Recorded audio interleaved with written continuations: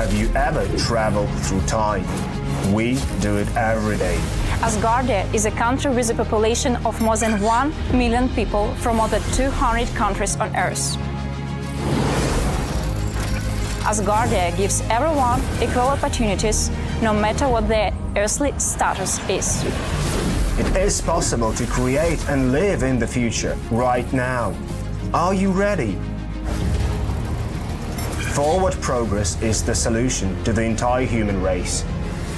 Our mission is to bridge new horizons. In Asgardia, there is no limit to the universal development in the fields of technology, finance, and arts. Asgardia is a new space and digital economy which creates opportunities for the global economy. We deliver innovations. Do you want to get on board with us? We are developing various kinds of digital businesses, attracting them to the Asgardia platform that can be backed by the means of our umbrella, i.e. franchising of the Asgardia brand. We can not only attract investments into space programs from prominent institutional investors, but also affordable amounts from the citizens of Asgardia. We comprise of more than 1 million people. Asgardia is a chance to realize one's dream. This is a dream-driven space nation. Asgardia is a chance to belong to a community of free-thinking enthusiasts, goal-driven dreamers, and fearless innovators, theorists, and scientists. We are the first space nation. One humanity, one unity. Asgardia. We are creating The future.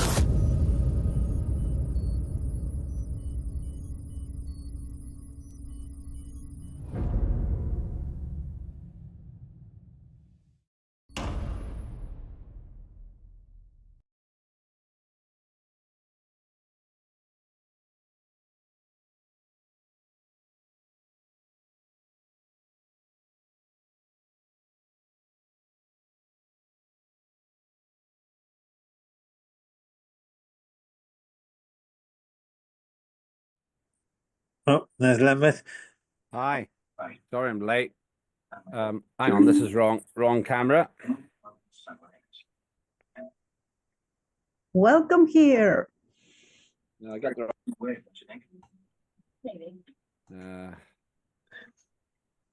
see what it's gonna do. I think it would look better in black and white. For some reason, wasn't that.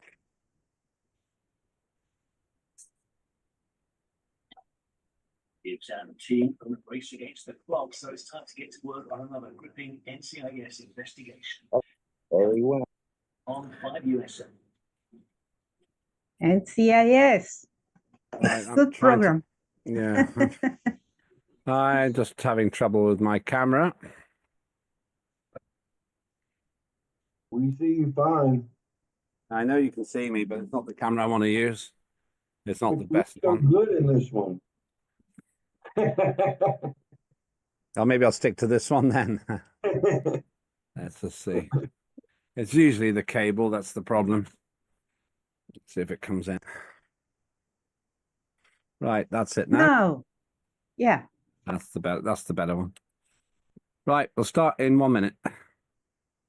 Lambeth, I'm going to have to dive out at some point. I've got a bit of a business crisis on. We're all right just now, but I'll suddenly disappear, and it's not because I don't love you. When people say that, it's when they start a conversation with their partner saying, you know, I love you, but why don't you love me anymore? Well, at the moment, I'm not running away from my partner because she's in the kitchen. She's just made chicken karai, and she's making something aloo, and also an Indian type sweet, Pakistani in this case, but sweet, because we've got some people coming later on for dinner. So she's been cooking all day. So I'm not falling out with her, or I won't get fed. So it'll be brilliant. It's a shame you can't smell it from there because it's absolutely wonderful, the smells. Well, far be it from me to keep you from your lunch. No, tonight. It'll be dinner. Okay, we can carry on till about 9 p.m. then. I would think so. But as I say, I'll be running away at some point. I'll just disappear suddenly.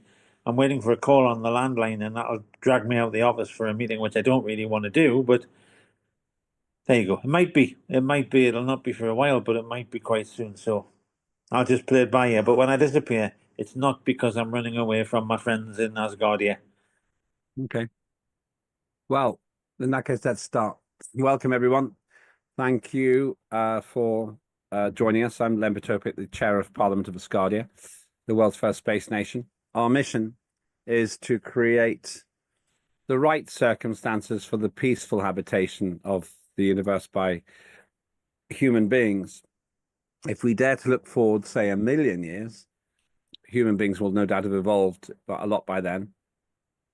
But if we don't end ourselves through what the late Carl Sagan described an unforgivable act of carelessness, then we hopefully will maintain and sustain consciousness in the universe, which I think is the purpose of the cosmos myself. And that's what we're about. That's what Asgardia is doing. Today, we're not discussing legislation. We're discussing a number of interesting things. And I think probably this will be a 2-hour meeting, something like that. I don't intend to have a break in it because I think we'll be finished about 1500 UTC. I think might be a bit earlier even. But we're discussing first contact. And this isn't about the legislation. It's about what we would do if and when we come across extraterrestrial life in any form. I know this will be an interesting debate because we had it with the chairs of committees for quite a long time on Thursday. So it's an open discussion. What would we do if we met extraterrestrials, and how would we know if we met them? Would we even recognize life if it wasn't like us? There are some who think that life in the whole universe is like us, that it happened once and then got spread around the universe. Professor Wickramer Singh from Cardiff University believes that, and Fred Hoyle believed that also. Very great astrophysicist. So we'll talk about that. Then I want to talk about new residents and a target for us all. The idea that we need to get millions of people to be residents of Asgardia. That's still a small proportion of the human race, but there will be millions who agree with our vision and agenda. And I want to have an open discussion about how we can collectively achieve this. Then the next item will be, I'd like us to have a freestyle session where we talk about projects that we that we can complete this year. And I will invite you to work with me to create an informal set of 3 projects. I'd like to share them with the head of nation as well. What 3 things could we do? Big projects, ambitious projects that could genuinely make a difference to the universe of Asgardia, starting on Earth. That's a very important aspect, I think. That's an important question. Then nations of interest as a closed session. I want to start talking about nations that we would be able to potentially approach with a view to them becoming the first nations to fully recognize Asgardia's status. And we'll have that closed session. It's not because it's all that secret, but I don't want to start spreading all kinds of rumors around the world about what we're planning to do and everything that goes with it. Then quick talk about any future events, and then we'll finish. As I say, I think this will take 2 hours, maybe less. I thought it would be useful to do this. So, and also everybody's welcome to participate. Sarah's got an interesting presentation to make as well, Sarah Evie Clark. So we'll be seeing that as well. Unless there are any questions, let's start with the first item. And I don't think Ferda's here today, but I'll start this. This is open to everyone. Let me set the stage.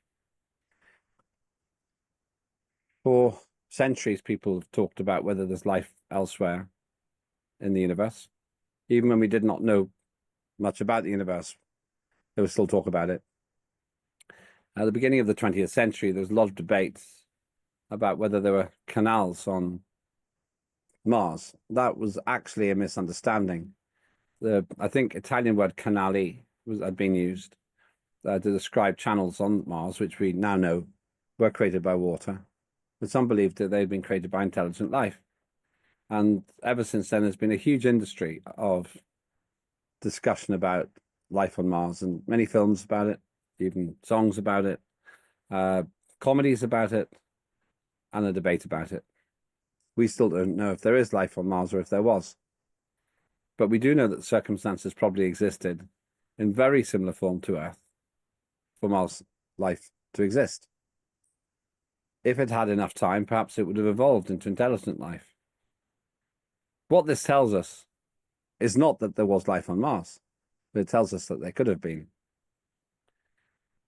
That cannot be unique.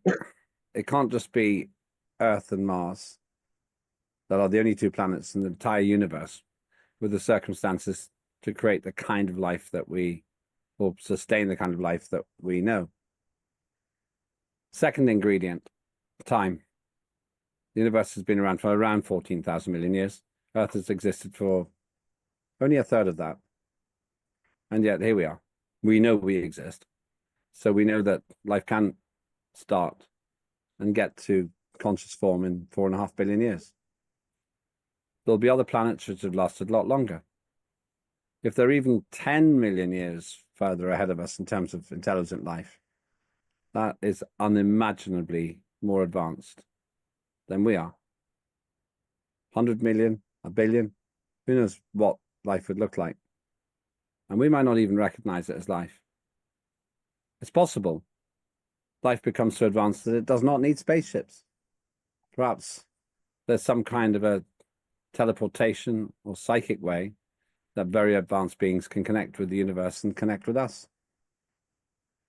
So perhaps by talking about unidentified flying objects and flying saucers, we're looking in the wrong place. Perhaps our connection with other life is at a spiritual or a mental level. That is to say that we are only at the beginning of a serious conversation about this. It is Asgardia's responsibility to have this conversation. If we achieve our objective, which is the propagation, the spreading of human and Earth terrestrial existence around our galaxy, then there's a good chance that we are inviting that sort of communication or contact with other life forms, perhaps other life forms that have reached our level or less of a level. Perhaps it's just bacteria, or perhaps we will find the remnants of civilizations that destroyed themselves. In all of those situations, we need to be ready. We need to have had those conversations and to prepare as best we can with our limited intelligence and consciousness for that first contact. So the two questions I'd like to raise today are, what would we do if we met extraterrestrials? And that's an open question, and I'm sure we'll talk about lots of aspects of that when we get into it. The second thing is, how would we recognize life if we saw it, but it wasn't like us? That is a huge question, and one which I don't think we've ever answered. Star Trek, as often, Gene Roddenberry's creation, was very creative on both of those things. Gene Roddenberry had great vision. And I remember one item where it was rock-based life, basically. And there were other types as well. So based on all of that, let me open the discussion. What should we do? And how should we interact with life? Bearing in mind that we don't know that it would be friendly. Maybe we would be a tasty snack. And can we really be sure that we would recognize it? Because if we can't, then perhaps we've already met it. Who would like to go first? John. Yes, good morning, Chairman. Hi. Good morning to you. How are you doing? Very well, actually. It's a more normal time for me. I guess it's 8:15 for you, 9:15. Yeah, you got your stripes going one way, excuse me, and I got mine going the other. But we're almost. We're not far apart. We're not far apart. Well, I have thought about this a lot. And of course had a lot of visions about it, and my first experience with exploring space was when I was 5 years old, and I had built a rocket ship out of dirt in a playground.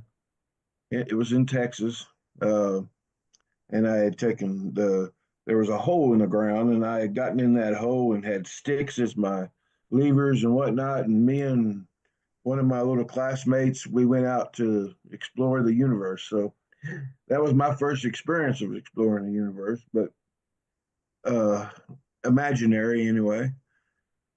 Uh, and I would say that the one thing that I can think of the most of how we would approach it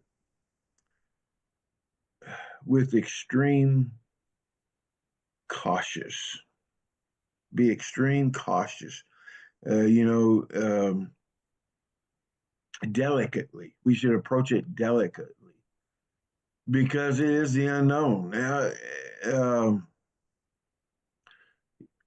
where, you know, and which is kind of opposite of the way, say, the Old West were, or the way uh, most of Central America was discovered. That wasn't, there was nothing delicate about the way they discovered all the territories and stuff within there. A lot of people died, a lot of misery, a lot of pain. Uh, One of the things that the humans did back then in order to make it in the United States during that time was to have a lot of children. That way, you were guaranteed at least one of them would still be alive by the time you got where you were going. And but I don't think we should follow that kind of example. And you can see that example throughout history where humans in, endured a lot of pain and suffering um, to explore a new world, to explore a new territory, to uh, you know. And but when I look at Asgardia and I look how the HON has set Asgardia up, he has done it with he's made it science based. He's made it where we're cautious about what we do. He's made it, you know, and he's approached it with delicacy, not, you know, being delicate, not you know we here and it's sort of like the scientific method. You got to really approach it where, okay, you got to take all these other factors into account, and then you pick the best approach. And even that best approach is not the right approach. It's the right approach for that particular period. But if we can find an even better approach, then we'll go with that approach later on. And that's kind of the way Asgardia is. We we collectively try to figure out the best steps to take, the safest. We try to mitigate all the risk, and that's what I think we should do. That's how I think we should tackle space. We shouldn't just go headlong in there and think that we're gonna conquer it, and and it don't matter how many people we lose along the way. Let's just go, go, go. I think we should be very delicate about how we approach space because we really don't know. We don't know. I mean, we don't know. And I, like you said, there could be other forms of life. Uh, in fact, the latest discovery, the latest discovery by the Webb Space Telescope was a planet. There's a planet 120 light years away. And they're calling it like a sub-Neptune planet. It's but it has detected potential indicators of life. And what is detected? I can't pronounce the word, but it's a chemical, dimethyl sulfide (DMS) in the atmosphere of this exoplanet. They believe it has water, oceans. They believe the air that, like our oxygen and nitrogen, is hydrogen rich instead of nitrogen rich. And they're finding the telescope did find carbon dioxide, the presence of methane, carbon dioxide, and the DMS molecule, which is what we contribute marine life to here on this planet. So, and right now, it's gaining traction as being very promising of having life. So there a lot of people are studying that right now. But what kind of life form would that be if it's hydrogen instead of nitrogen? Our atmosphere is rich with nitrogen. It has a little bit of oxygen, and that's what we breathe. But most of the atmosphere is nitrogen. So what would a hydrogen atmosphere? What kind of differences would that make on a something similar to humans? As far as their way they grow and everything.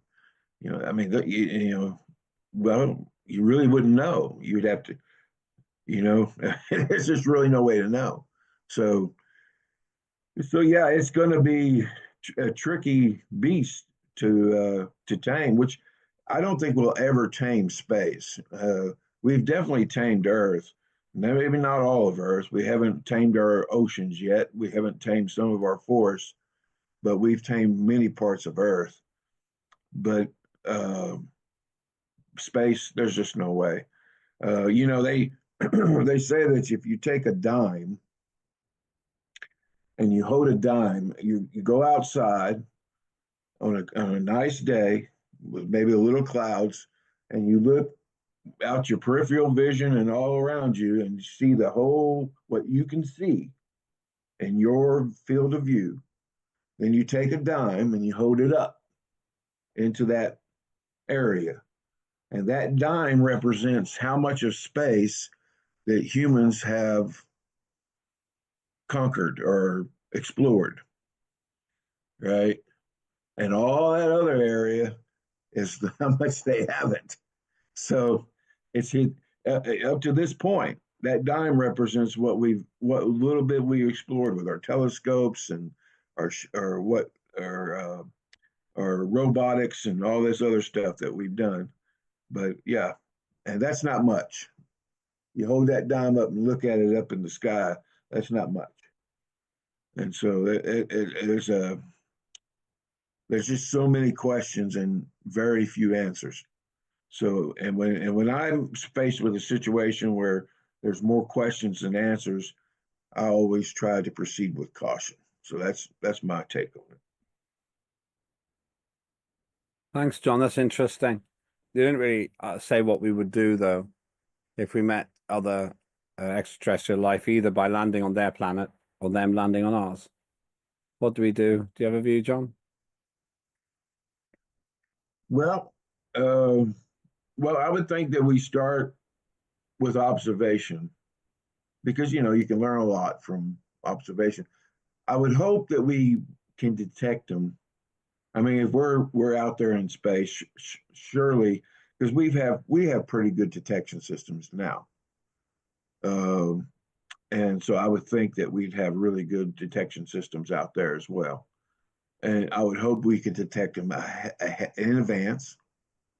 I would think that we could because our detection systems we have right now can detect a lot of stuff. And if anything, we'd definitely be able to detect movement. That would be easy to detect. So if something was moving towards us, and that's a start. And then we have pretty precise cameras, and we got drones, and we could send a drone out there to try to get a picture and try to in advance, so that I don't know. I would doubt something would just creep up on us. It takes too long to travel in space. Look at Voyager. The Voyager is a good example of how long it takes to travel through space and how far you can go. And so they're still feeding information, which is amazing. 30 30 some years later, they're still feeding information. I mean, it takes a day. I think now it takes a day for us to receive the information. That's still amazing because they're out of our solar system and out of our uh, way into interstellar space, and it only takes a day for us to get the information when they send it. That's pretty incredible. And those were old machines. They had old technology. So um, so that, I mean, that's a good example of what we can do and how we could respond. I mean, so I think we would have the detection devices to be able to detect movement, and to make some kind of intelligent decision on what to do next. Without that information, well, you just, I think that you should go on your morals, and you should go on your values and your beliefs. When it is one of those sudden times, of course we're going to have self-preservation. We're going to think of self-preservation. But if it's a sudden situation, stick to your values. Like Asgardia has the supreme values. Stick to those values, and you can't go wrong. Stick to a plan. That's like, you said not talk about the legislation, but that's what the whole Prime Directive Act's all about. Is coming up with a plan. Even if it's a wrong plan, it's the right plan. Because it gives you a basis of where to begin. Even when you don't know where to begin, at least you have something to start with. And as long as you have that thread to pull on, you can start to unravel the mysteries of the rest of the garment. So, but you need a beginning point. And if it's something like some ship just shows up right in front of you, stick with your values. Say hello.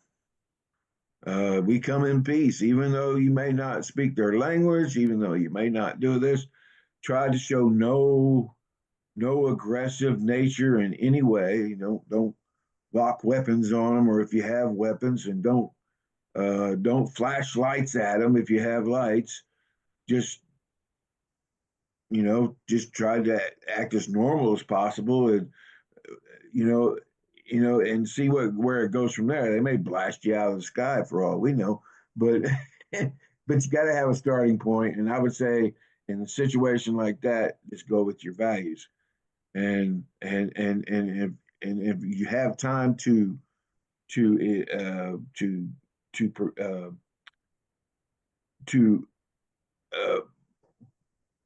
initiate a plan, then initiate the plan.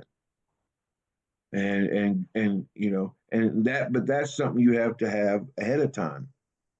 You have to get all your smart minds together ahead of time and say, okay, if when we go out into space and we meet this, and this, we're gonna figure out what we're gonna do.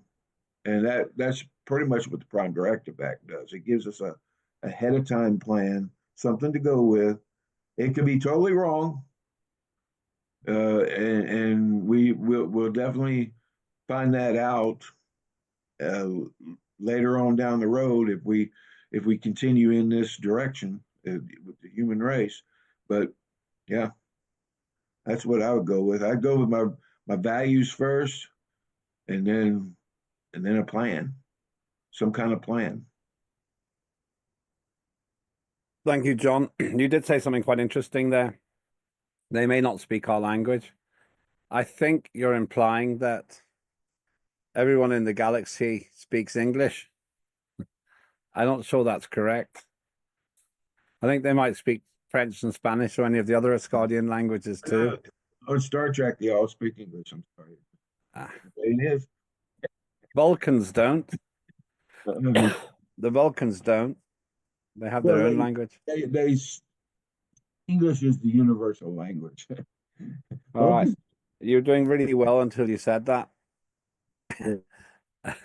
I don't want to shock you or the viewers around the world, but John, I feel I have to tell you, as a responsible chair, Star Trek isn't real. It's pretend. But you went there first, so yeah, don't Well, try all to right. embarrass me in front of people. Maybe it is real for you, John. Maybe it is. Okay, let's see. No, it's not real. It's real. I enjoy Star Trek because Yeah. it really instills Yeah. vision and dreams, and and this is the way everything begins, is with a dream. It was when you think about it, it was a phenomenally advanced series. Gene Roddenberry based many of the episodes on Earth politics. They were an allegory for what he was observing in world politics. One of the reasons the team is international with Chekhov and the others is for that reason. And clearly the Vulcans and others represent Earth clashes. It's a fascinating, fantastic series. I was only 5 or 6 when it was initially broadcast, but I watched it avidly. One of my earliest memories of television was an Apollo splashdown, which I guess was Apollo 13, and also the Star Trek episodes. So while they may not be real, the themes that they focused on were very real, and Gene Roddenberry was a true genius, I think. Sarah, greetings.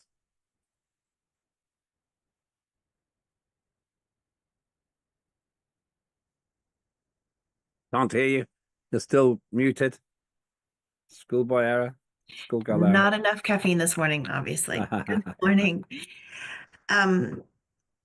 Well, since we are discussing contact, I will not get into the policy, but I would just like to congratulate AMP Anand and AMP Sampson on just the masterful amount of work that they have put into the Prime Directive.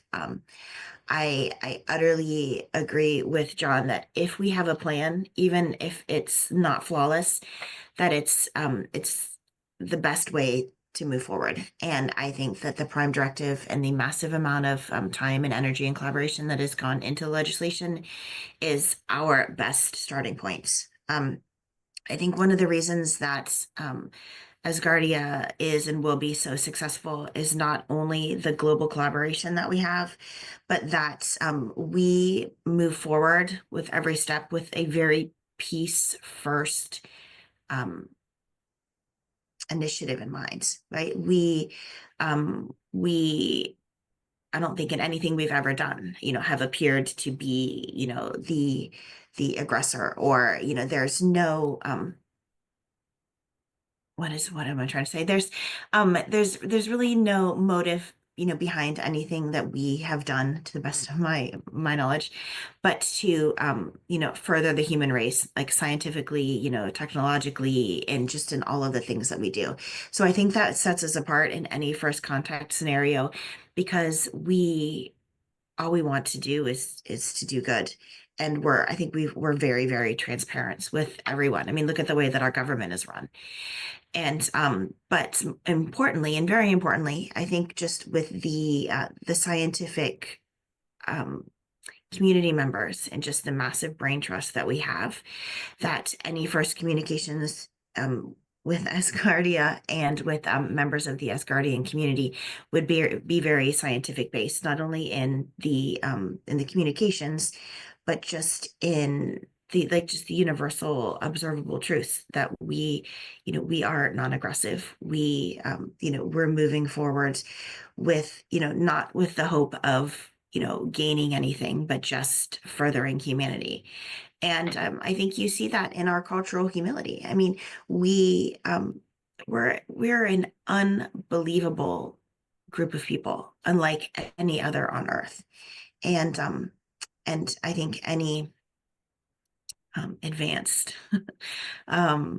beings that would contact Earth, whether they have or have not, I'm not going to get into that debate, but I think just watching us and knowing what we stand for and who we are would make communication with us very different than nations who would simply want something.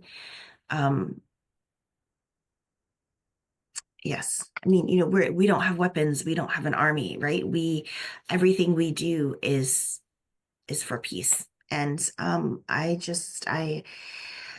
think that as far as, and I'm going to call it galactic diplomacy. I'm sure there's a word. I'm sure this is not the right word, but I think that if we fully establish ourselves with a very strong galactic diplomacy policy or protocol that I know is being worked on, that we will be successful.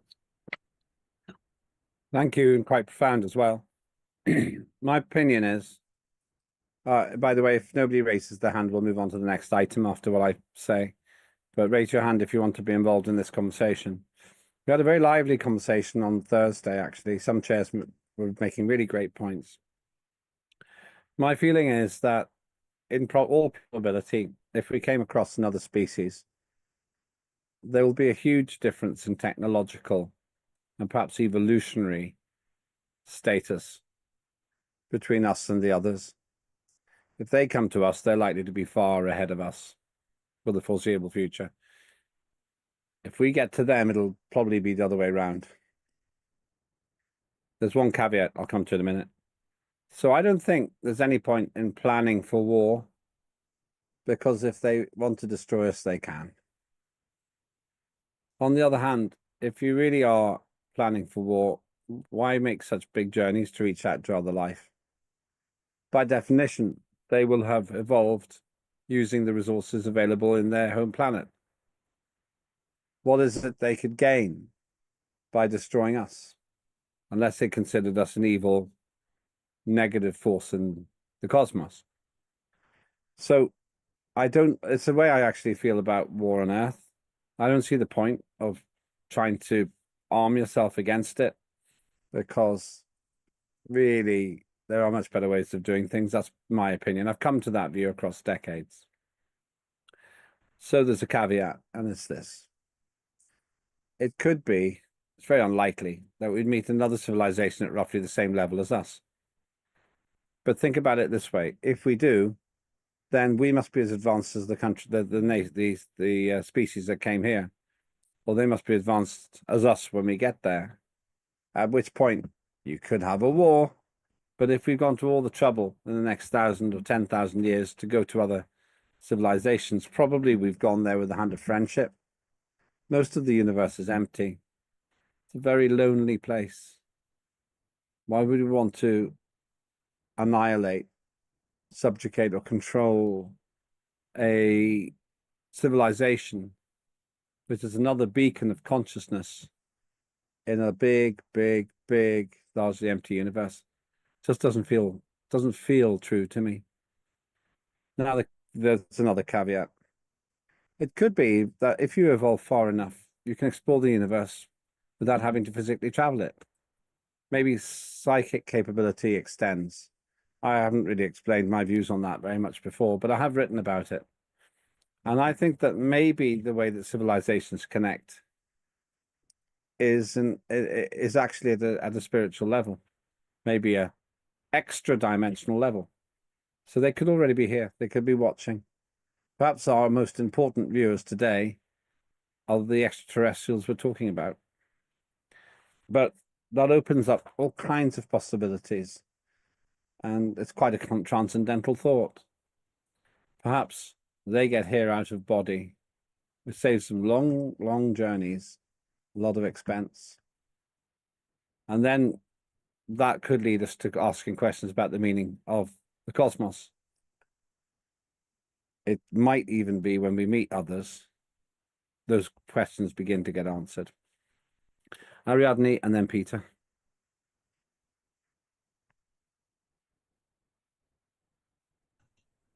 Thank you very much. Well, the first thing, Benedetto, Professor, notice the people is in the chat very active. The Asgardians are very active now with that conversation about the aliens. And well, I feel so great because the people involved on that. we are talking about the Fermi's paradox in the chat, and that's very interesting. Points the situation, the several situations that we can find people extraterrestrial from here. And the other idea that I have when I saw talking you, I'm thinking, I don't know if it's possible to say to Rebecca Berg to create a shots of all the conversations, a shot with the conversation by Sherman Lembitt and the other shot with the John Fine and Sarah Clark, because are amazing to focus in the arguments, the comments, this all the things that you are talking about the aliens. I love the idea. Maybe Rebecca has an idea about this also, and I like it. Well, that's all. Thank you. Thanks very much. Interesting perspective. And let's go to Peter Morn. Thank you. Thank you, Chairman. What resonated with me from earlier participation in this discussion was from John Fine. And I think that I absolutely agree 100% with him that whatever happens, we must stick to our core principles as humans. There's no point in doing anything other than that. We're not going to go in to make war. We're going in to make first contact. And we've got to stick to our core principles. Otherwise, we lose our humanity and we might as well not have bothered with any of this. I have always steered by the principle that when you're meeting someone from a foreign land, and in this case, a foreign planet, the greatest gift I can give to them is to extend my hand in friendship. And the greatest gift they can give back to me is to take it. That's my view of my life. That's what steers my life. And I would always stick to that. And if we abandon that kind of basic principle, then we abandon humanity. Thank you. That's me. Very impressive. I tend to agree. As I've got older, I've become more of a pacifist.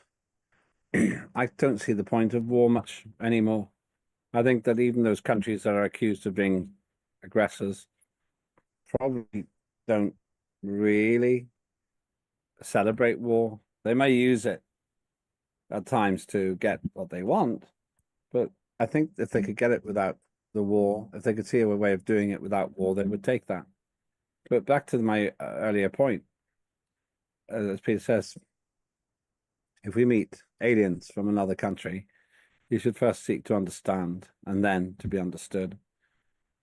And I just don't believe that the universe was created a population of warmongers, because that would make the universe bad. And I think the universe is basically good. If I didn't think that, I wouldn't do Asgardia. If I thought the universe was bad, I wouldn't be involved in Asgardia, because I wouldn't want to draw attention to the human race. I'd want everything to stay quiet so that my children and their children don't get disturbed. As it is, I think it's our mission to reach out and do a better job of interacting with others than perhaps the human race did on Earth. John. Well, I mean, you make an interesting point there.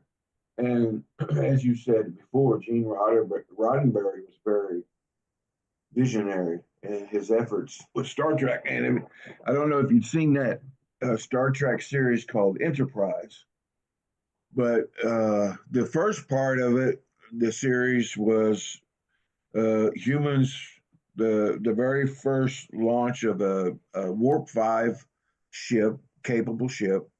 And it was much like the original series, except it was done with a much more up-to-date graphics and how we would really build a ship, or what computers we would actually really be using instead of all those flashy lights and stuff that was on the original Star Trek. but it was done pretty much in the same atmosphere as the original Star Trek, except it was done more diplomatically, more friendly, like Peter says. And however, at the end of that series, they did a small segment of what if humans were warlike instead of peaceful like? What would it be like? And so that part, it was like what they call it, alternate reality, where we didn't, where first contact was with the Vulcans, of course, and where instead of greeting the Vulcans with a handshake, we greeted them with a shotgun and we blew them away and stole their technology. And then we went on to try to conquer the rest of the known universe with our power and might. And so it was interesting because they gave both scenarios. They showed you how the outcome. They showed you what both scenarios would do. So it was wild. And I'm going to say, watching it, I couldn't stand the latter part, the one where they were trying to conquer and everything. I just couldn't stand it. Sometimes I'd even just turn it off. I was so sick of watching it. Whereas the other part made me feel good about myself. And yeah, this is the way I see us going into space. And this is what I would like to see humans accomplish. But the other part, I was like, oh, no, no, no, no. And that goes back to what, like Peter and I'm saying, is you stick to your principles, you stick to your morals, your values, because without them, we're just wasting our time out there. And so, but and I want to make another point to you mentioned about aliens may have already visited, and that's interesting too because there are theories out there, and some of them are actually backed by science, and some of them are backed by even though the science is questioned, it's not embraced by the entire scientific community. The scientists that come up with the science, they make a good argument, and that there was a race of beings that more intelligent than us, that are within our reach or just outside of our solar system, that visited our solar system, and that they're the reason why we humans exist. And that race had nuclear weapons and all kinds of other stuff. And it just, I mean, if you look at, you can almost see our level of progression is kind of like parallel to what their progression was from their early days. If you read and of course I'm talking about the Sumerian text that was translated by what was his name? I can't remember right now. I'm sorry. Apologize. But anyway, it was translated by a scientist who studied the text, but there was things brought out in there that actually made me think, because one, there was things in the text. The text was carbon dated and proved to be very old. And when I say very old, thousands of years old by the carbon date. So if you believe in the carbon dating, well, then the text has to be accurate. But it goes back to those periods. And the thing is there's things in the text that don't make sense. Well, and what I'm saying is the planets. Okay, we did not discover a lot about our planets until the 19th and 20th century, right? In fact, we didn't discover really anything about our planets until the 19th and 20th century. About the only thing we saw was the sun, and with your naked eye, and sometimes you could see Mars, but that was it. and there was beliefs on the planets, but it wasn't not something you could physically see or verify with a telescope. That didn't happen until the 19th and 20th century. Some of like Neptune and all these planets, the colors of them, that some of them had rings, that some of them was different colors and all this other stuff. We really didn't start knowing that stuff until the 20th century. So of course, Voyagers helped us with a lot of that. But in this text, if it's translated correctly by the scientists who translate these texts, it talks about those things. But how is that? How can that be true? It tells you that Neptune was blue and that Mars or that Saturn had rings and the other planet that has rings had rings.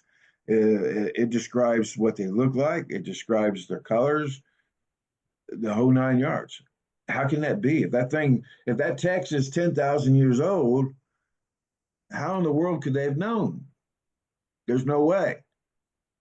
So that right there has really got me baffled, because I have read those texts and I have read what the scientists said and his conclusions, and it's totally got me baffled. How could they know that? Unless somebody else was telling them, an advanced species. And it just so happens the Sumerians, you can look it up on Google, the first advanced civilized race of humans on Earth, but they went from being hunter-gatherers to extreme advanced and almost overnight. How did that happen? And and they had running water, they had plumbing, they had lawyers. Yes, Peter, they had lawyers. They had divorce, because in all these texts, they found receipts, they found divorce papers, they found lawyer papers, they had laws. And all this stuff was discovered in this chamber where, and it was all done in stone tablets. How is that? How is that? How can that even be possible? Especially when they were around a bunch of hunter-gatherers at the time, and so that stuff has really got me baffled, when you start really digging into it. But because that text actually says that they created humans with genetics and DNA splicing and whatnot, cloning, which we now know we can do. We can do cloning now. We have cloned, not humans, I don't think, at least I hope not, but we have cloned animals. And so, we know that science. We know DNA now. We've mapped the human genome, and we also know that the human genome is plagued with all these discrepancies, where all the other animals on Earth ain't. The indigenous animals that we know that are indigenous to this planet, they don't have all these discrepancies that humans have. Why do we have all those discrepancies? So you can really get into a good discussion there when you read all this stuff. It really drives you bonkers because, I'm a Christian. I believe in God and Jesus Christ. And then I read this stuff and it just throws you for a loop. But the one thing I did like about that Sumerian Texas, they believed in God too. So at least I know God's still real. But and it was just one God. It wasn't a whole bunch of gods. But anyway, yeah, that stuff can really drive you nuts when you start thinking about it. And then you have to ask yourself, is all this a hoax? Did these people make all that up? The Stenchen is that guy's name. Stenchen, his last name is Stenchen. But you read it, everything that he writes, you think it looks legitimate. Even though a majority of the scientific community and definitely the religious community pretty much said that he was wrong. Of course, the Catholic Church is, there was a time that humans believed that the planets evolved around the Earth, the sun evolved around the Earth, everything evolves around the Earth, and you were branded a heretic, and some people lost their lives to say anything different than that, you know. So, uh, so, and then now, of course, we know that all the planets evolved around the sun, and that our solar system and everything we evolve in this big cesspool of planets and solar systems and whatnot that are evolving around, called our universe, the Milky Way, and that's with a black hole at the center of it, sucking everything in. So, I mean, what we know now, and and and our galaxy, believe it or not, is considered a small one, tiny compared to many others. So yeah, it's but imagine if back when the I can't remember who now discovered, but that the planets evolved or the planets evolved around the sun. Back when he did that, uh, they I think they threatened to put him in prison and jail and all this other stuff, threatened to kill him. The church, Galileo. yeah, threatened to kill him. And of course, it was the church was behind it. So because it was totally different than what we currently believe. So, and that's why I don't just dismiss those things that I read, because even though it may be contrary to what I believe, there could be some truth to it, because I'm scientific, and science, you do not dismiss stuff. You look at all angles. That's what the scientific method does. You look at all the angles and you try to come up with the best solution within that. And I think that's what Asgardia does, and I think that's how Asgardia will achieve success in first contact. I think that's how Asgardia will achieve success in doing and bringing its mission into space in the first place. But yeah, is using that. I really am a big believer in the scientific method because it works. It really does work.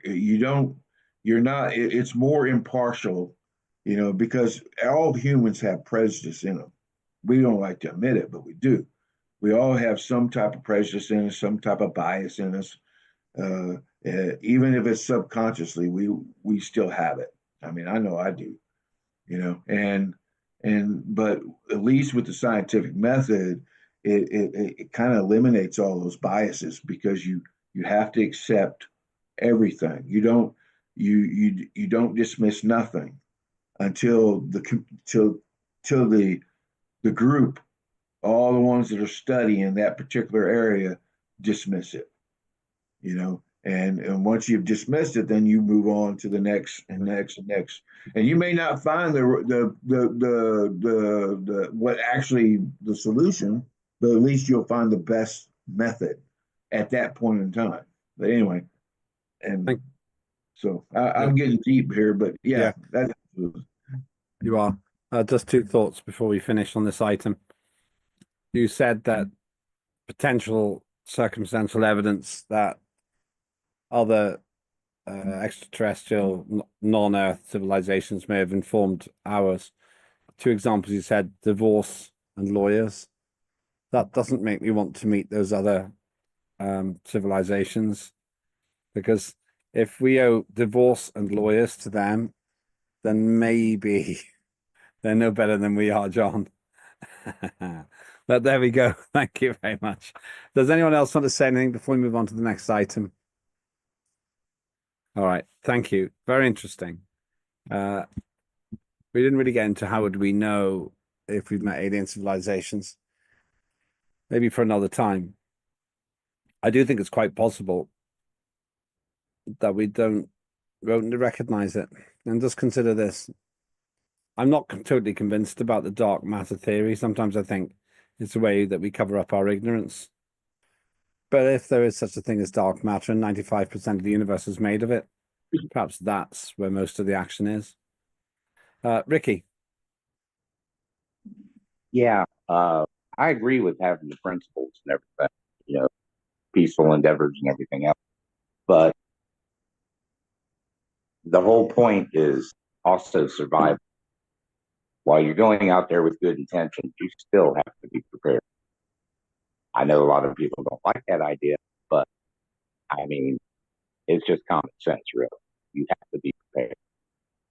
But you also, you don't go out there looking for trouble. This is obvious. But if you should have to find it, then you need to take care of yourself and take care of your people. Just that simple. Thank you. That's interesting. Well, I can't answer that question, but I understand the question you're asking. John? Yeah, and that's a good point that Ricky brings up. And that's the one thing I did like about that series, Enterprise, because it actually brings all those things out. Their mission was to be, of course, was diplomatic and to explore and to be peaceful. But they took weapons with them, of course, for defense only, in case they needed them. But what was interesting is the thing I really liked about the show is when they finally did meet a species that was hostile, and they had to use those weapons. They didn't work against that species. They were totally inadequate, and they got their butts kicked, from that species. And fortunately for them, the species really wasn't all that interested in them at the time. They were just toying with them.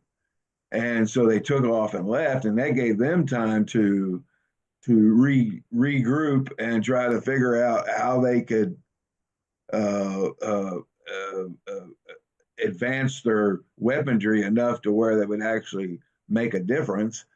And it just so happened that there were some advanced weapons that were in the computer that they were considering to put in all the starships later on down the road, but they were still theory. So the engineer got together along with their scientists and all that on the ship, and they took that theory and turned it into reality and made this advanced force, which was the phaser, which later on in Star Trek series is one of the main weapons. But and that turned out to be actually at first it turned out to be inadequate. The way it was designed in the computer turned out inadequate, but the alien life that was after him had left a listening device on the ship so they could monitor the humans to see what they were doing. And because they were just, to them, they were just a spectacle. They were just curious about them. And that device caused their weapons to overload, create an overload in in part of their weapon system, which caused their weapons to expand way beyond what their normal limits, and that was actually effective. So then the engineer figured out how to make that overload a reality too, to where it wouldn't blow out their circuits and all that. And then so now they had a weapon that was actually suitable against this particular enemy. It's curious how they show that struggle, where they go out and do it, and it gives you insight of what we might have to endure out there. So should we take weapons? Well, I think on a long duration mission where where we're actually sending scientists a long distance, I think they should have some type of protection. Okay. John, Uh, thank you. yeah. We're going probably as far as we can today. My view is simple. If you need weapons, you've already lost. If you need weapons, you've already lost. The universe has been designed badly. I just don't think we'd get there. I don't think that'll happen. I just don't see it. I don't see how something as elegant and as the universe could end up with such a problem situation. But let's leave it there. I'm grateful for your perspective, John, as always, very insightful. But I want to move on. So on that one, we can talk about this from time to time, and I welcome feedback, and it'll be interesting to see where we go with that discussion. Let's move on to the next item, new residents, a target for all. Let me explain. This is quite a short item, but I'm thinking that Sarah may want to make a presentation in this part. We need to increase the number of residents. And more than anybody else, the people here are the ones most likely to achieve it. So the question I've got is, how can we do this? And perhaps we should start with your presentation, Sarah. Okay. Good morning. Let me Hi. figure Good out how to afternoon. appropriately. Good afternoon. Yes. Good evening in some places. Okay. Let me preface this whole presentation by saying I was very short on time. And instead of just leaving most of it in Latin, I did use AI just to create content.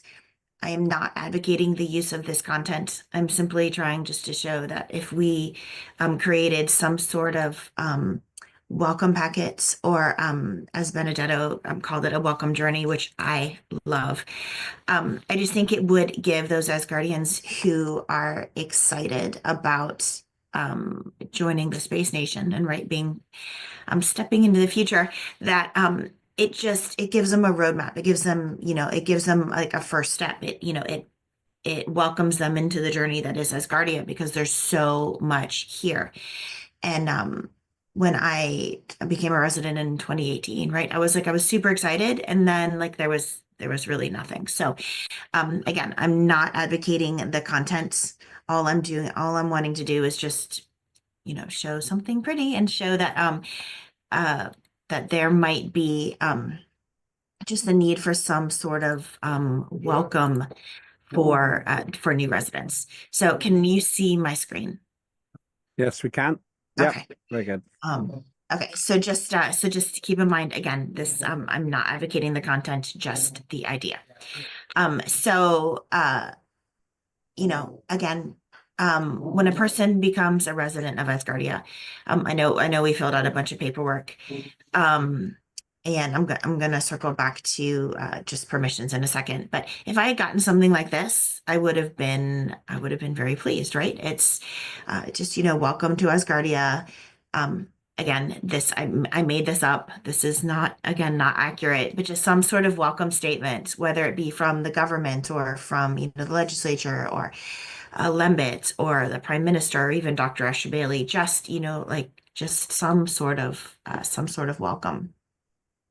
And then obviously information about Asgardia. We do amazing things, and you're just bringing those to light. But even knowing that there's 200 countries represented in Asgardia, sometimes I forget.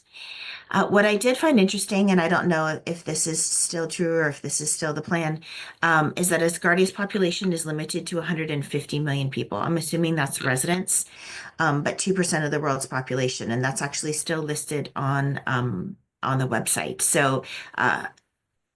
So there is a sense of urgency, right? Because you want to be one of, in my mind, there's a sense of urgency. And here's first steps, or just things that we could do. This was, I'm not advocating this content, just the steps to get them started. Add resident of Asgardia to social bios, including LinkedIn. Joining the online community. There is a Discord community. Do people know that? Making sure we follow. Making sure that they are encouraged to follow Asgardia on social media. Not only do we have the official page, but we have got some amazing and very, very robust pages. One is run by Benedetto and one is run by Ariadne. Like I follow them. I get amazing amount of information from them, but just letting people know that when they become a resident, that these resources are available to them. Definitely following Asgardia on all of our social media platforms, making sure they have access to the Constitution, and then like a press release, right? This is this is something that we are encouraging people all the time, so let's help them out. But sorry, I digress. I think that this would be a very simple thing to do. It can be auto-generated when people become a resident, but just a printable certificate that if they wanted to, they could download. They could click here. I don't know how to do that. And then it could generate a certificate that looks something like this. Again, just something that if they wanted to, they could use it digitally. If they wanted to print it out into a paper copy, they could, but just something that looks amazing that like they would be proud to share. And then Rebecca Berg does an amazing job with our social media. So just showing residents how they could get involved. Definitely making sure they have our handle, making sure that they know all the places to find us, hashtags for when they are posting, just so it populates and makes the algorithm happy. And then maybe even just, this is actually my least favorite slide, but maybe a couple suggestions of like just posts or things that they can post or things that they should post just to encourage enthusiasm. Press release templates. I was going back and forth about this, but we're wanting to share news. And if we have, thousands of people all over the earth sharing press releases that, they've joined Asgardia, the first space nation, it's going to be heard. At some point, we're going to reach such a saturation that it's going to be heard. Again, not advocating the use of this press release. It's just supposed to be an example. But, there's things that we could do that we could provide for people to use if they wanted it. Now, most importantly, we are digital, so connecting with us, making sure that like all of the ways to reach out are just easy for them, right? We like easy. And if we sent, just a slide or an email, great, here's all of the ways that you can connect with us. It's so much easier just to go down and click than it is to, try to find them. Blue Sky does not appear on our website yet, so just also something to think about. And then, and this is where we would need to, I think, change a little bit at the beginning of the registration process, but it is very, very, very hard to find like local Asgardians in Texas, right? Like I can go to the map and I can, scroll down and there's regional conversations. But just even making us like searchable, at the very beginning when we become residents, just say, yes, I would like to be connected with other Asgardians and make it so that they could contact me. So a lot of Asgardians in Texas, and I've met like 2. So just to make that easier, but also make it easier for Asgardians to contact us. I mean, we are elected officials. Early on, I mentioned even something as simple as like virtual office hours, right? Just some way for people to contact us so that they can plug in. Because what is the point of becoming a resident of a space nation and us encouraging participation if we ourselves aren't available to encourage that participation? So again, I'm not advocating the specific content, but just the ability to not only reach us as parliamentarians, but to be able to reach each other. Because meeting other Asgardians face to face really truly changed my trajectory of my participation in Asgardia. And just, I mean, we want mayors, we want people to participate, but let them meet each other and just figure out a way to make that happen. And then, of course, the more people who see Asgardia, if we become walking billboards, that's amazing too. So send people to Starshop, make it very, very, very easy for them to, find swag. Great. Click here. Here's a coupon code, right? If you're a new Asgardian, go download our free digital calendar and, check out Starshop and send them straight to Starshop. We have all these amazing resources, and I just don't think people know how to find them easily enough. I had no idea Star Shop existed for years. And again, I've been a resident since 2018. And then, just let them know that, we are here. We're excited. We are, we're a nation around the world, but we are one. So just, again, just something for them to have, like a resource for them to jump off, whether it be in just, participation or support. So, yeah, I think just some sort of packet that had just a whole bunch of information, not an overwhelming amount of information, but just like enough information to get them started on a path that we could cultivate would be important. That was it. Thank you very much. Fascinating and some great ideas there. I think the idea of a certificate is great and it can fairly easily be done. Also, the idea of meeting other Asgardians builds the community. The more Asgardians we have, the more we can do that. Asgardians had over 1 million followers, and that's 1 in 8,000 humans. That means in a city of 10 million people, there should be at least 10 Asgardians. So I like these ideas. In terms of next steps, what we probably need to do is work objectively towards trying 1 or 2 of those things out as we go along. See what happens. Actually try to implement them. I think that's what we should do. Rather than me talking, other comments and observations?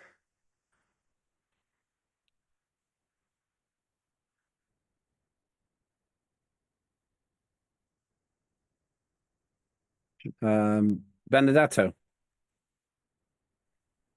Yes, hello Hey, everyone.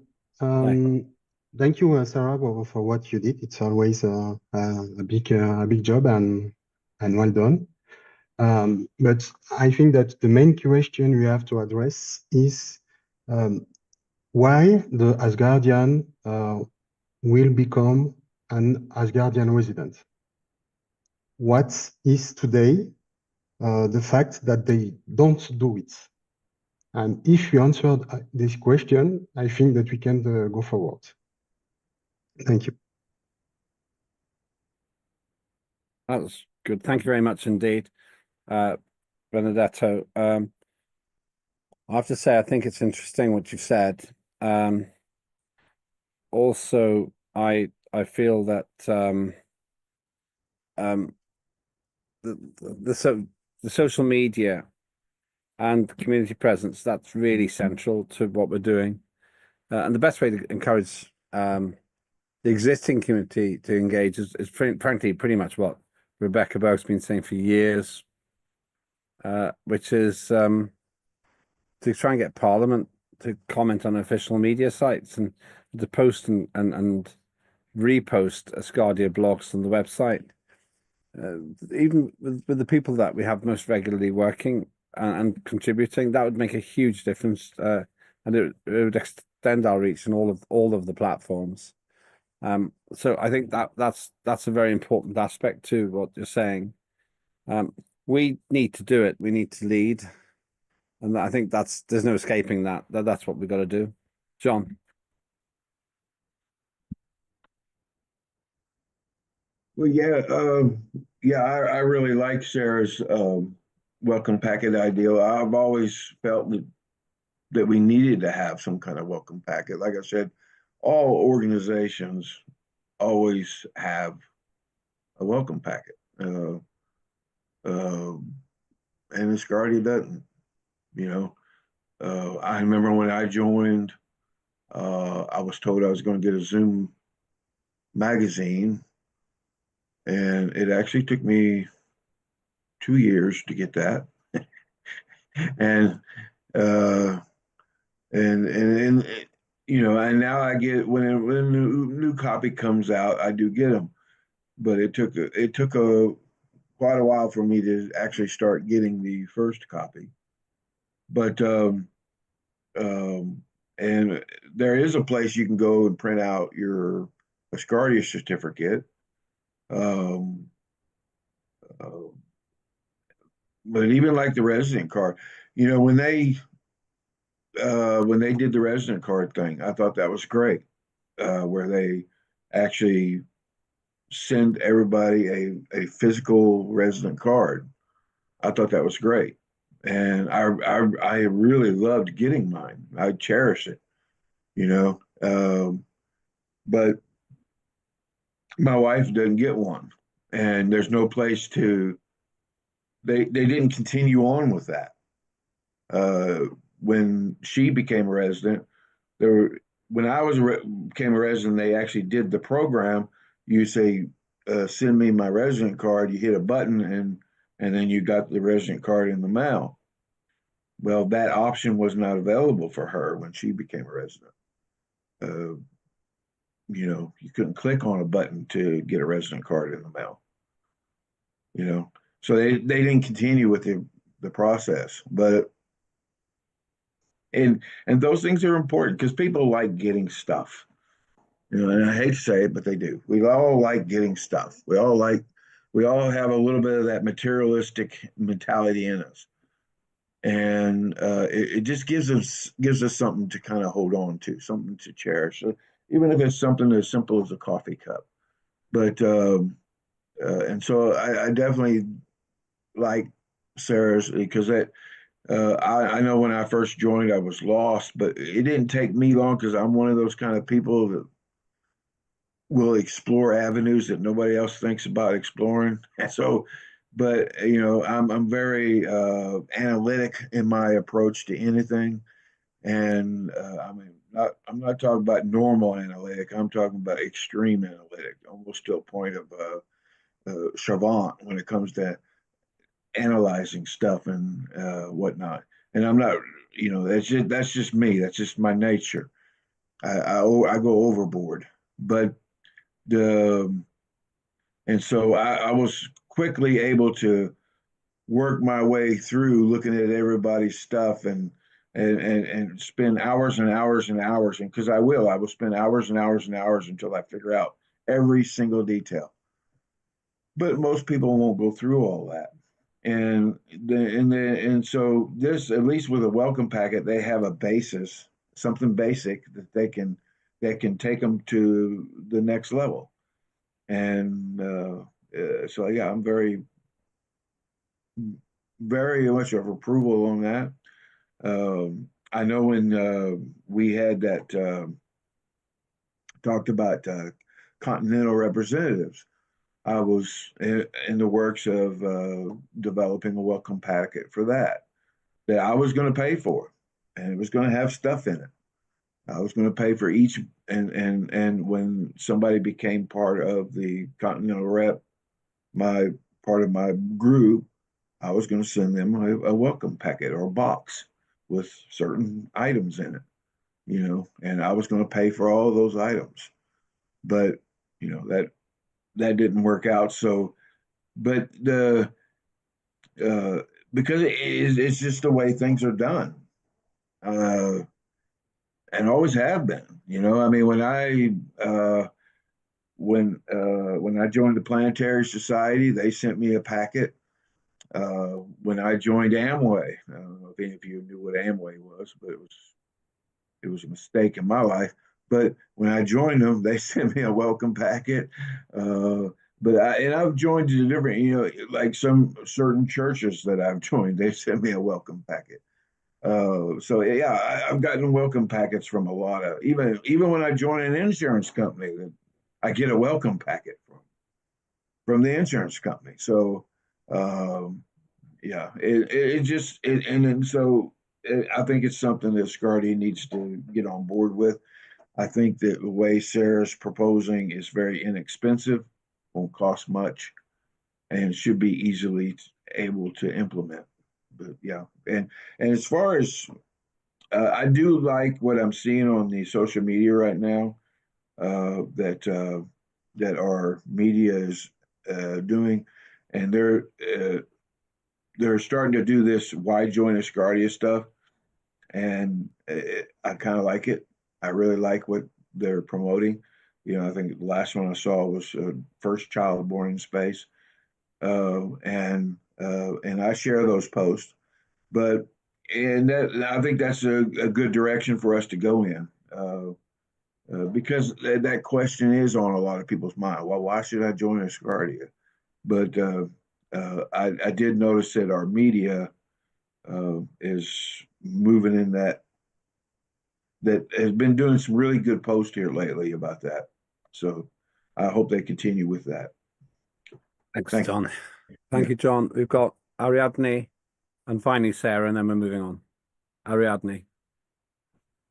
Okay, thank you very much. Well, every effort that we can make for Asgardia to diffuse, to spread the idea of Asgardia is good.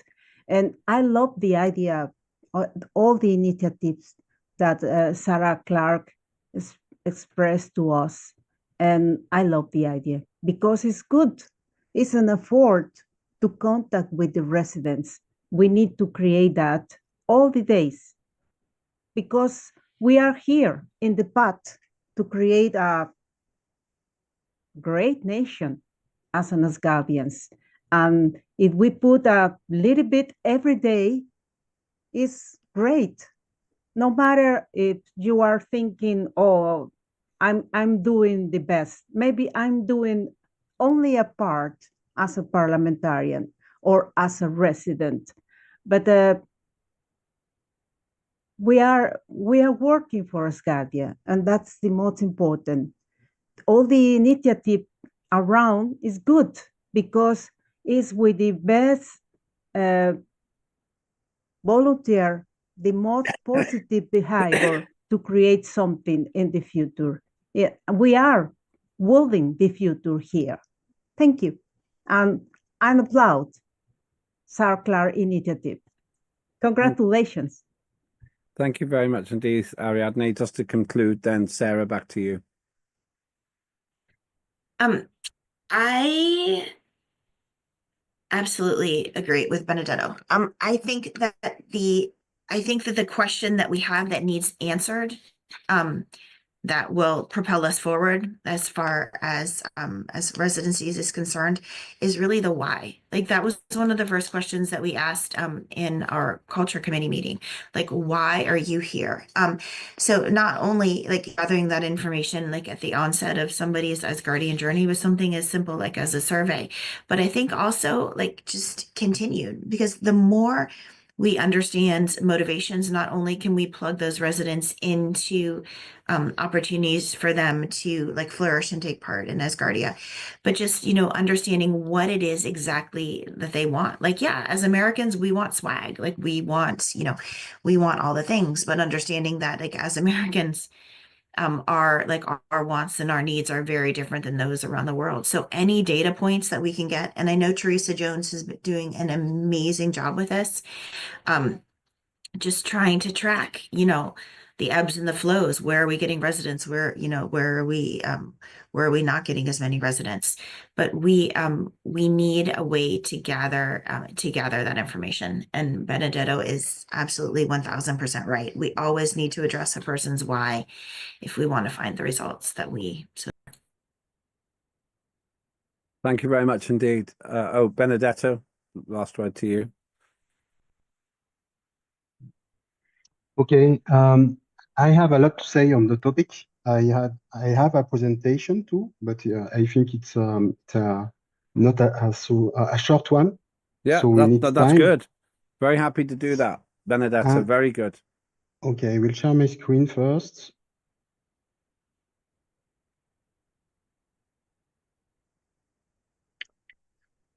Benedetto, thank you for letting me go first because your presentation is much better than mine. No way. It's not true. Not a competition. So you see my presentation now? Yeah, it's still loading. It hasn't come up yet. Yes, now we see it. Now we see it. Yes. Okay. First, what I want to say is that we already had a brainstorming session about the idea on how to make value for the residency fee of Asgardia. That was something that we did in 2024, at the beginning of 2024, with some outcomes here. but we never go ahead with those ideas. Then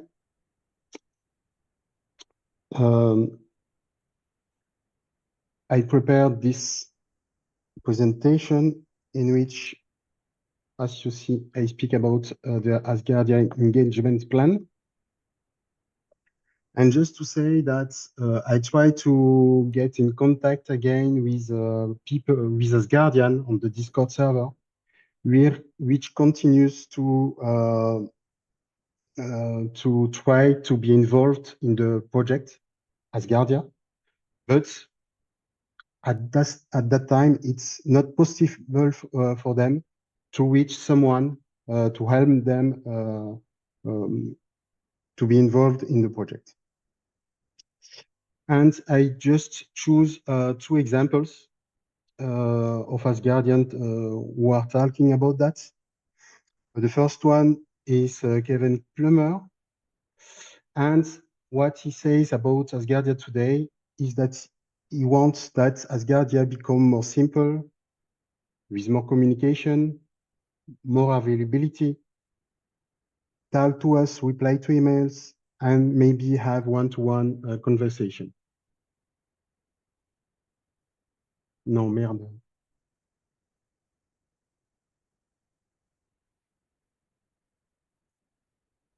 You hear me well? Yeah?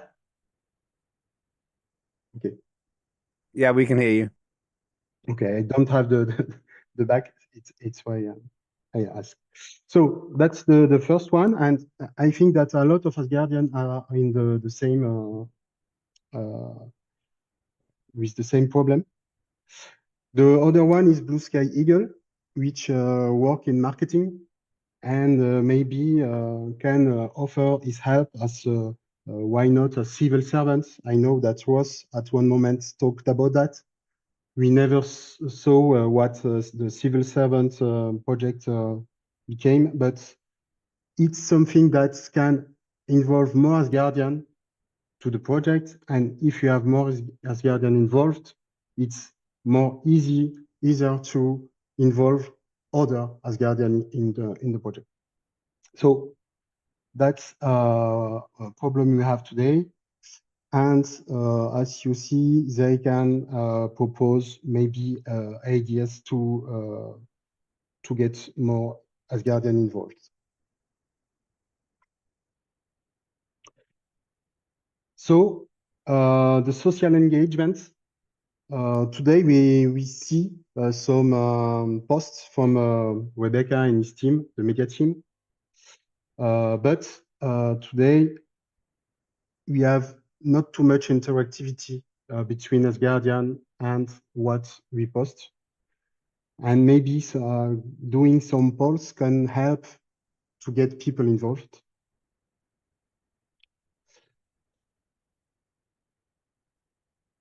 And we have a lack of communication on the Asgardia website itself.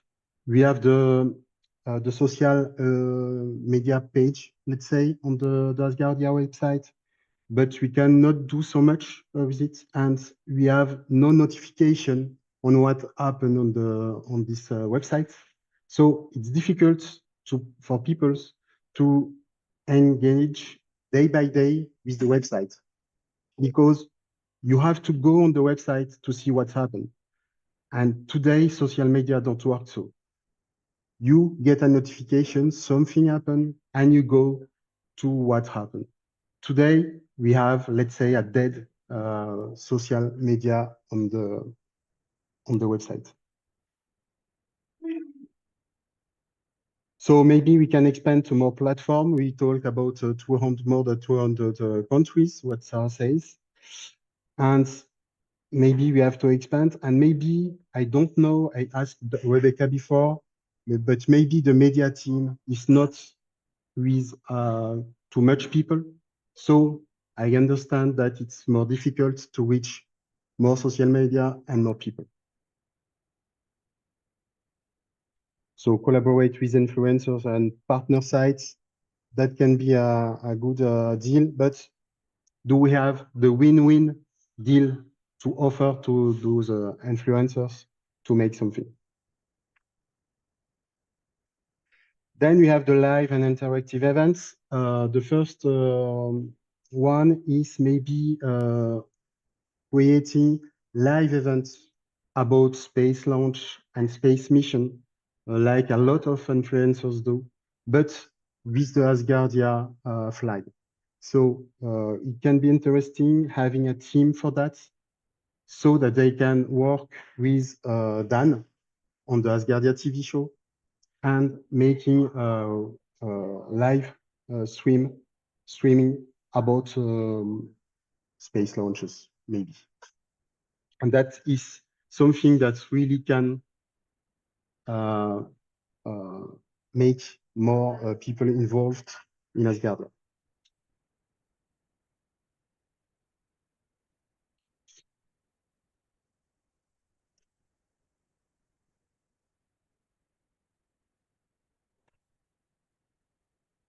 So about Asgardia itself, today we have Asgardia, we have the main idea, we have the strategy, let's say, of Asgardia, which is having the firstborn childborn in space. But those are all long-term goals. And we need short-term goals so that Asgardian can connect to those goals weeks after weeks. Today we have Asgardian and we tell them that maybe in 1 year or 2 years or 5 years we will do something. It's not dynamic enough to attract them. And maybe conducting regular surveys can help. The same as the polls I said before. So resident retention, I will speak again about the app key. You know, we made the app key with projects inside. So involving people into project in Asgardia can make them active and maybe can connect other Asgardians to those projects to help and spread the word about Asgardia and the project. But for this, I think that we have a lack of communication with the administration of Asgardia. Today, we are the parliament. Okay, we are in between us. We have not so much interaction with the ministers. I asked a question to one minister. It's for weeks now. I have no answer, no yes, no, nothing. When we ask something, we need to wait no days, but weeks and months to have an answer. And this is not what a dynamic state nation is. And so if we can become more dynamic and have more insight from the administration of Asgardia, maybe we can go weekly into giving project, giving news and giving something to the Asgardian and the residents. And so offer exclusive benefits for paid residents. That is what we have to find.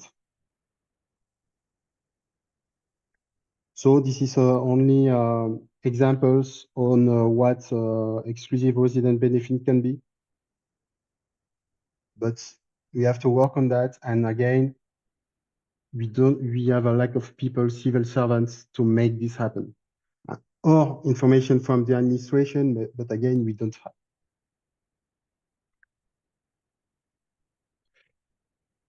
Then my idea since I am here from the beginning of this parliamentary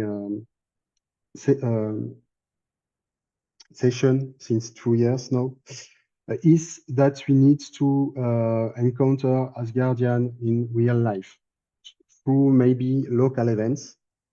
But to do this, it's not just saying that we go to do it, but we have to prepare it. And to prepare it, we have to make maybe what I wrote here: build your own rockets, VR tour, draw your future city in space, having a workshop in which we can talk about space, making things about space, maybe doing do-it-yourself projects that we can spread to all Asgardian on the all around the world, so that they can prepare future events and encounter people in real life with dynamic topics and say, okay, we are Asgardian. This is what you do. You can enjoy what we offer to you today. And maybe you can join Asgardia if this interest have an interest for you. And Sarah, you're welcome back here. So, as I said, we need more people to help on this. So us, the parliamentarians, are not dedicated to that. Always, when I say parliamentarian, we can do this or that, they say, no, it's not my job, let's say. I am here for legislative topic. I am not here to do something else. So we need more people coming from the Asgardian community, maybe to help Rebecca on something that we can organize and spread better the word of Asgardia on the social media. And maybe in what Ross prepared, create an official recognition for new civil servants.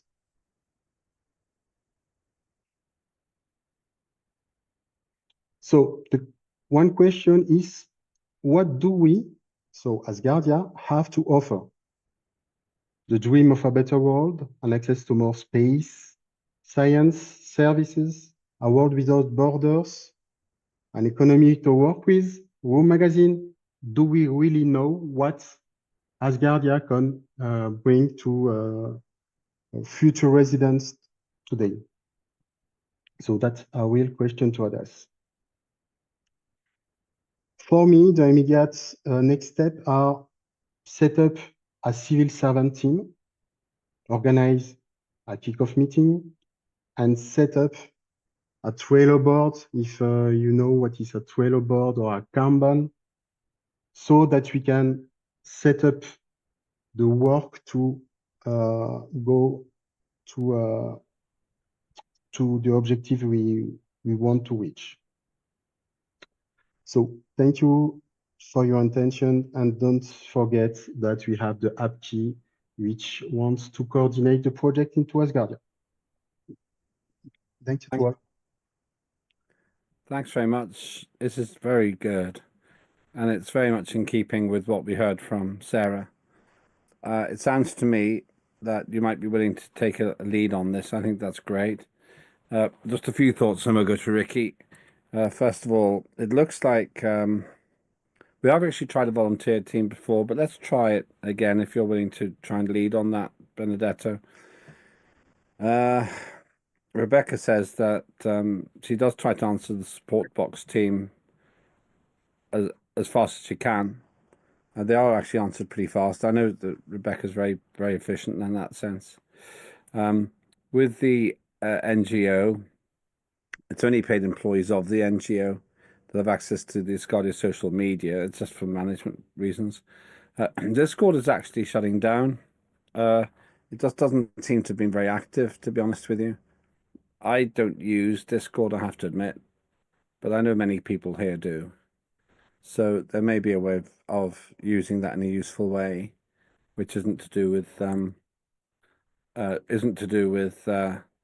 me directly, but I think that probably we should be using other links. Just a couple of more things.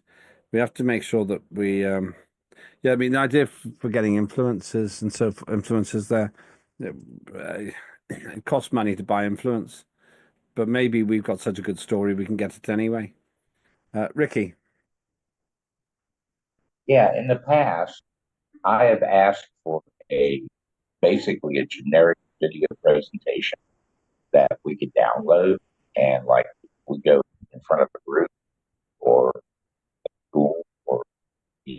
some such, we could have that presentation to be able to present and to show them, to show people, what Asgardia is about. This was during the first part. I asked about that and never got a response. It'd be similar to the presentation that Lena did, but more updated now for where we're at. Mm-hmm. That's all.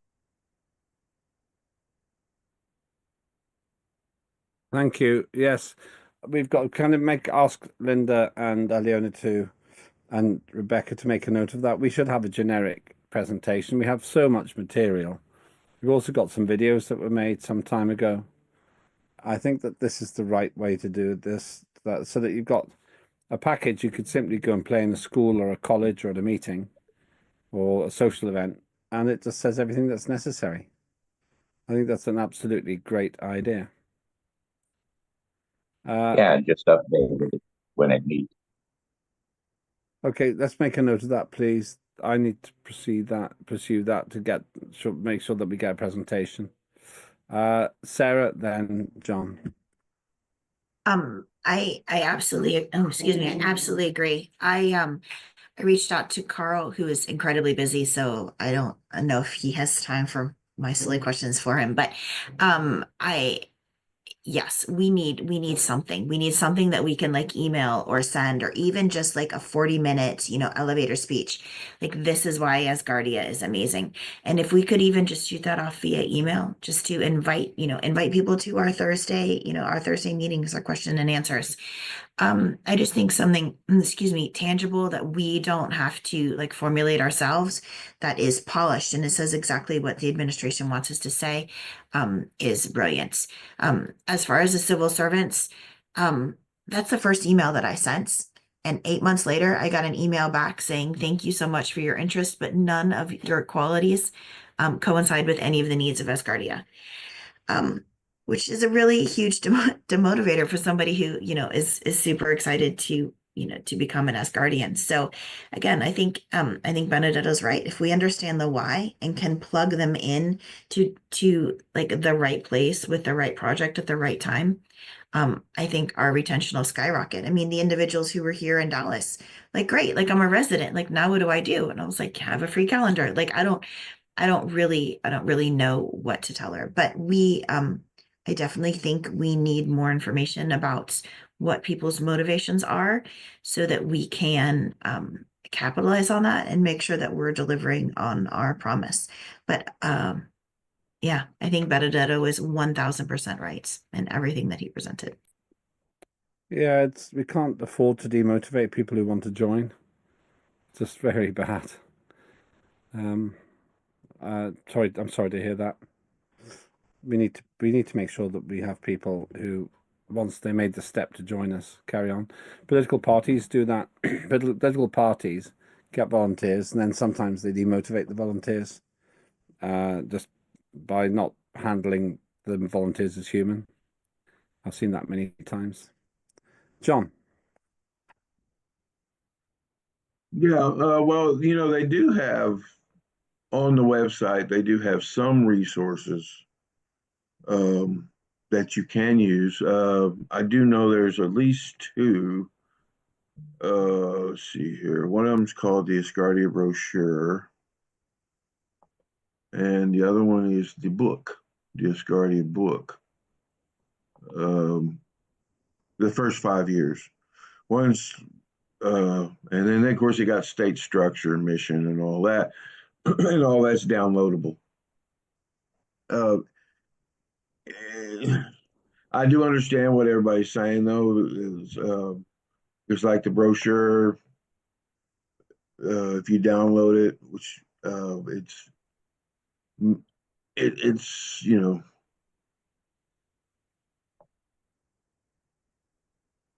anyway. You question.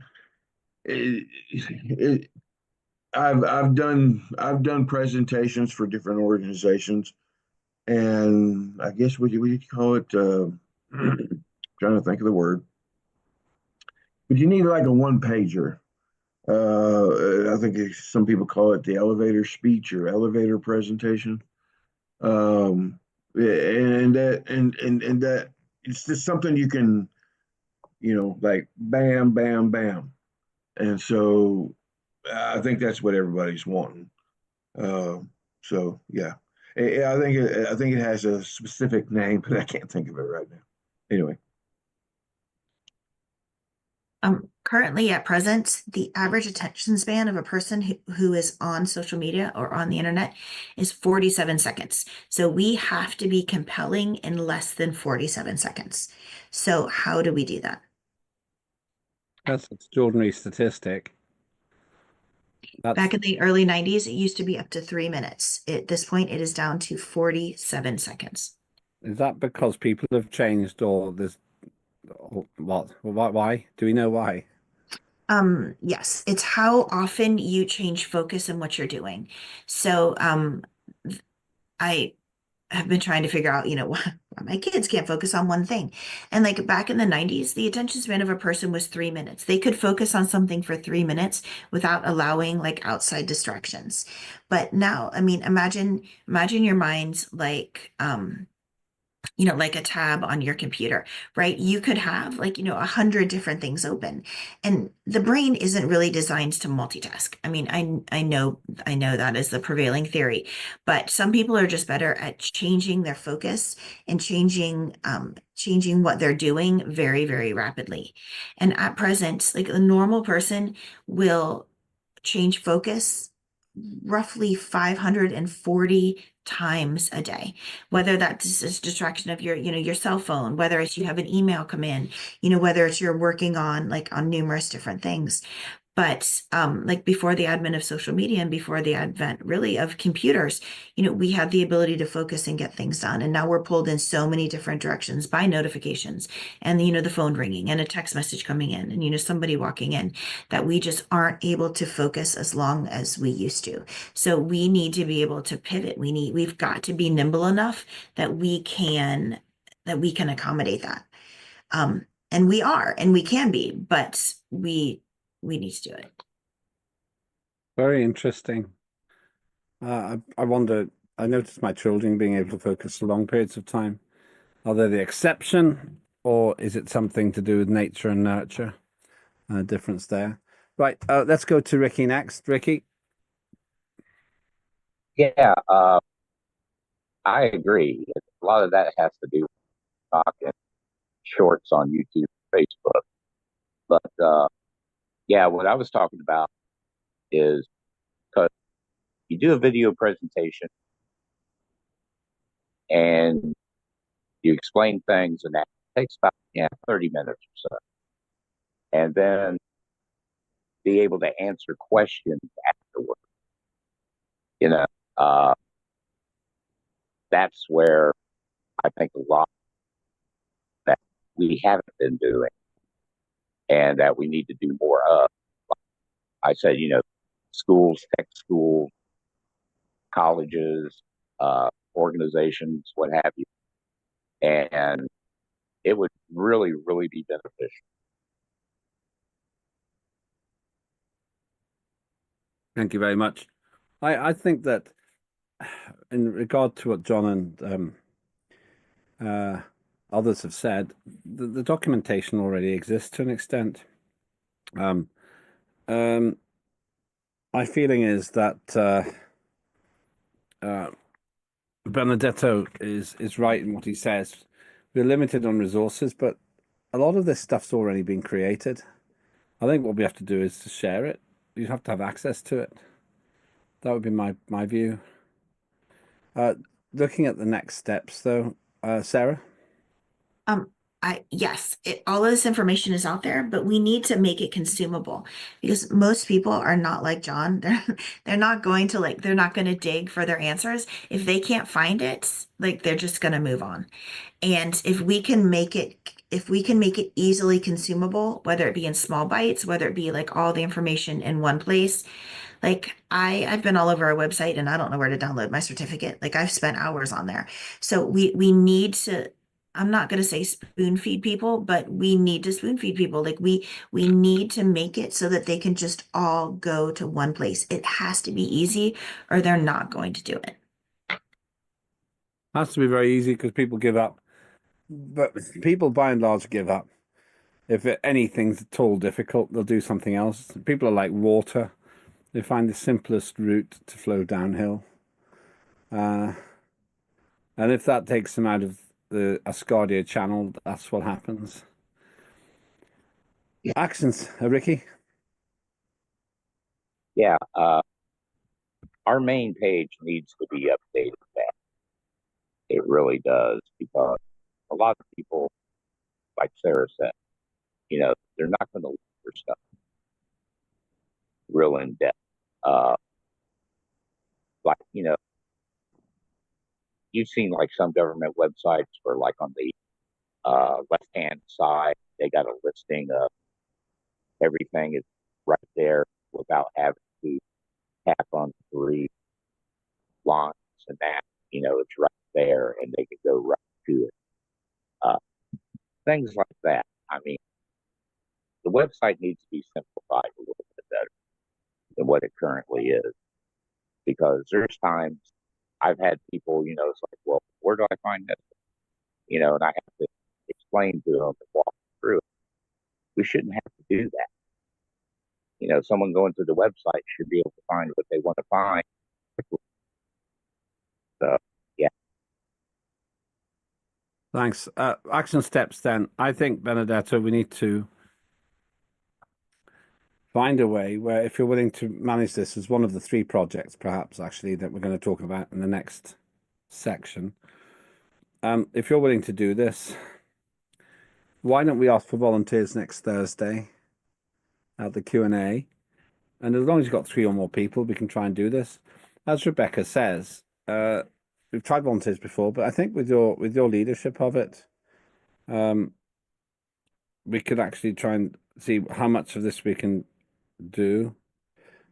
I think but we can see what we can do, and of course, if it raises money, then money comes a bit in, and we can do more. What frustrates me about Asgardia is everything is in the right place; it's all ready to go, but somehow we just haven't made that final shift. Just that little shift from being internally very well structured to actually implementing it. Sarah? How do we put out a call to action? Because there's these people, and Benedetto showed us just 2 examples. There's people who want to help, but how do we plug them in? Like, this would be an ideal project, and I don't mean to overstep Benedetto because I know this is your project, but like, this would be an ideal project to get people from all over the world involved, because they're here for the very same reason, right? We're a digital space nation, and many, thank goodness, are younger than me and have a far better understanding of just like how to have a far more infinite reach. And I don't have the answers. I'm willing to help, but how do we throw a larger net and pull in these people who want to be involved? Because if we just need 3 volunteers, it seems like there's a lot of people out there who want to help. So how do we get them plugged in?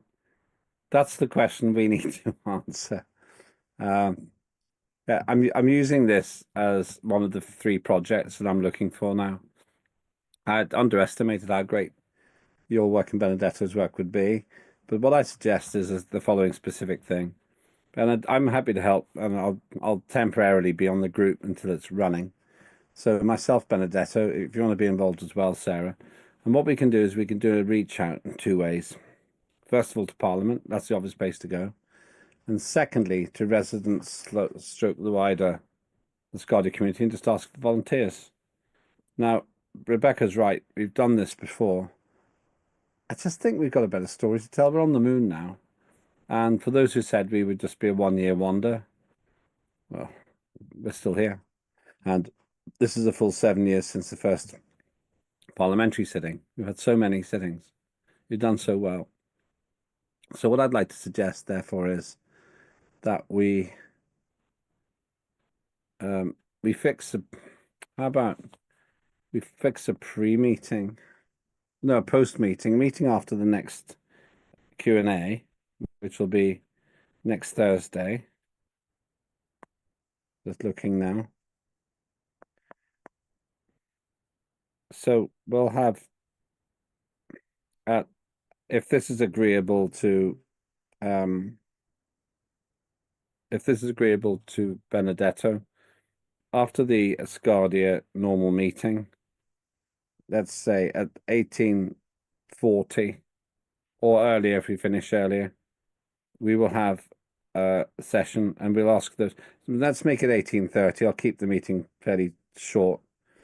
And then at 18:30 GMT, we'll see who comes forward.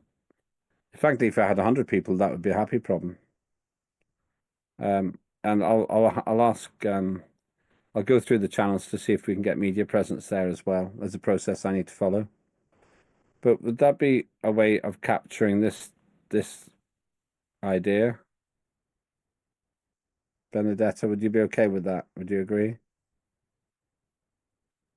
Yes, it's okay for me. Okay. So I'll say this to everybody here as well. On this project, at 18:30 GMT, we'll have the working group and we'll ask anybody who wants to be on it to stay behind. And let's see if we can get new people out there who probably will feel very motivated to be asked. That's the thing. People actually like to feel valuable. So I'd be very keen on that. All right. That is great. Thank you. That's a good action step, which will continue at 18:30 GMT. John? Yeah, while you were looking down, you missed Benedetto's little figurine that he showed on screen. I did miss it. Benedetto, show the chairman your It is in the chat, Lambit. All right.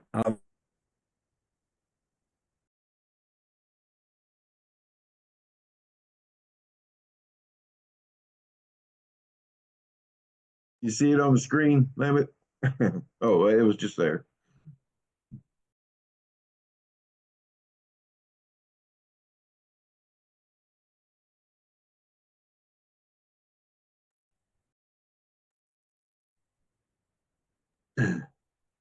We don't hear you, Lambit. Sorry, I don't know how I did that. I accidentally muted myself. I said if you dress like that and go into a park, you'll get a lot of attention, but not all of it will be helpful. But we should be adventurous. We should reach out. No two ways about it, and we should do. No two ways about it. That's the way. That's the way we need to move forward. I have to admit that this is really important because it fulfills what Sarah was talking about, and it'd be one of the three projects that we're about to talk about. It's clearly one of the three projects, and Sarah's and yours I see as a unit, as a shared thing, which could really work well. If Sarah is free, it'd be great if you can make it at 18:30 GMT next Thursday as well. So, okay, that's the action step, Benedetta. We'll probably go through that presentation again then, and Sarah's. But that's the first of the three things that we're going to work on in terms of the three big projects. We're getting more information than I thought. Let's just have a quick. We'll have one quick break now. Let's do it from now till just a quick 10 to break from now till 10 past the hour. So just a quick 7 minutes if you need to do anything, and then we'll carry on. Then we'll do the other two items in the open session. The two other new projects. I want people to feel free to put anything out there. I'll ask Linda and Aliona to note whatever it is that we're putting down. And then the final thing will be a closed session about nations of interest. So just take 10 minutes, just 6-7 minutes. But we'll start at 12 minutes past. I'll be exact. 12 minutes past 8 minutes. I don't want to lose the momentum. So stay where you can carry on talking and so on, but in 8 minutes' time we'll start again.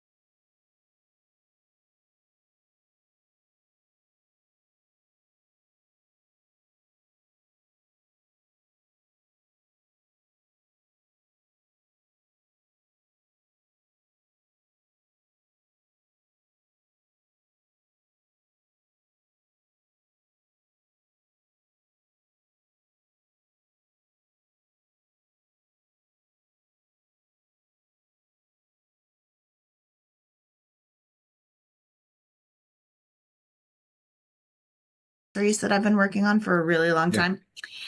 And I think you'll appreciate this. These just came in.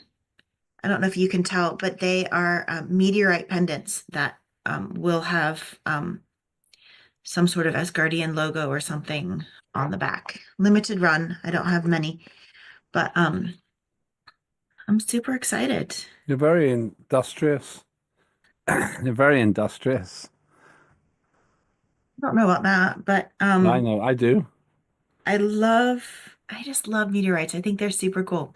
So yeah, I couldn't get my hands on many, but yeah, That so makes a them more piece of valuable. space to celebrate space. Yes. They could be like Fabergé eggs. I wish. Oh, if only to have the amazing skills that Fabergé had. No, I'm working with a local gentleman to like personalize them for us. But yeah, we got a lot in the hopper. I'm excited. This is great. Well, I think you and Benedetto working together as well. I'm very happy to help as well. We can really do something useful here. And it's about turning those ideas into action. I've always said this. Just has to be done. And we need to have hundreds of people really doing it, hundreds of people doing it, not just dozens. And we should be able to do it because it's a very exciting subject. This is the thing. Very exciting subject. I don't get sometimes why something as good as what we're doing isn't being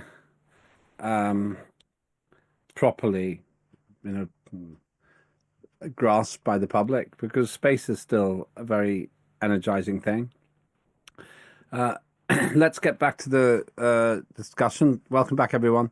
Second final part of the session. We've probably done most of the work. All I really looking for here is a list of projects, which I'll ask Linda to write down. Linda and Aliona. Benedetto. Okay, I'll just finish this. What I'm looking for is if Aliona can write down and Linda can write down the key projects, and then we don't have to make a decision today, but I'd like to have at least two more things that will actually build the economy and or the residency of Asgardia. That's the goal here. This could be a short discussion, but I really do want to have two other projects here, so that all three of them are actually all three of them are actually viable, and then we can work them up into something more. I think Benedetto, then Sarah. Yes, just wanted Benedetto first. Yeah, go ahead. Just wanted to thank Sarah for his work on the Asgardian calendar. So, Sarah, thank you. Do you like it? Oh, Be yeah. honest. Yeah. I think this is fantastic. I think it's absolutely great. I mean, these are the things like the Asgardian calendar. I still have trouble understanding how the calendar can be the same every year, because we still have to deal with the length of the year, which is roughly 365 days and 6 hours. But I guess we have a way. Imperfect as it is. Well, not imperfect. It's the universe is just designed that way, that it takes 365 days and 6 hours for the Earth to go around the sun. So let me just tell you what I'm looking for here in this section. Specific projects that you think can actually build Asgardia's residency or Asgardia's economy, or both. Things that are measurable, that can be done this year, and that we can do it in a probably usually self-funded way, but that doesn't have to be the case if it's a good enough idea. What ideas would anyone like to start with proposals? Sarah, let's start with you. Actually, I don't have any proposals. I was just wondering from Benedetto, because I know that he and Jakob have been fielding an amazing amount of projects and applications through the their Asgardian Special Projects Committee. So, and that's not even the right name, and I'm really sorry, Benedetto. But I would just like to hear from Benedetto, with all of the submissions that you've had, what you feel would be the most beneficial for us, because you, of anybody in all of Asgardia, really has your finger on the pulse of what we can offer.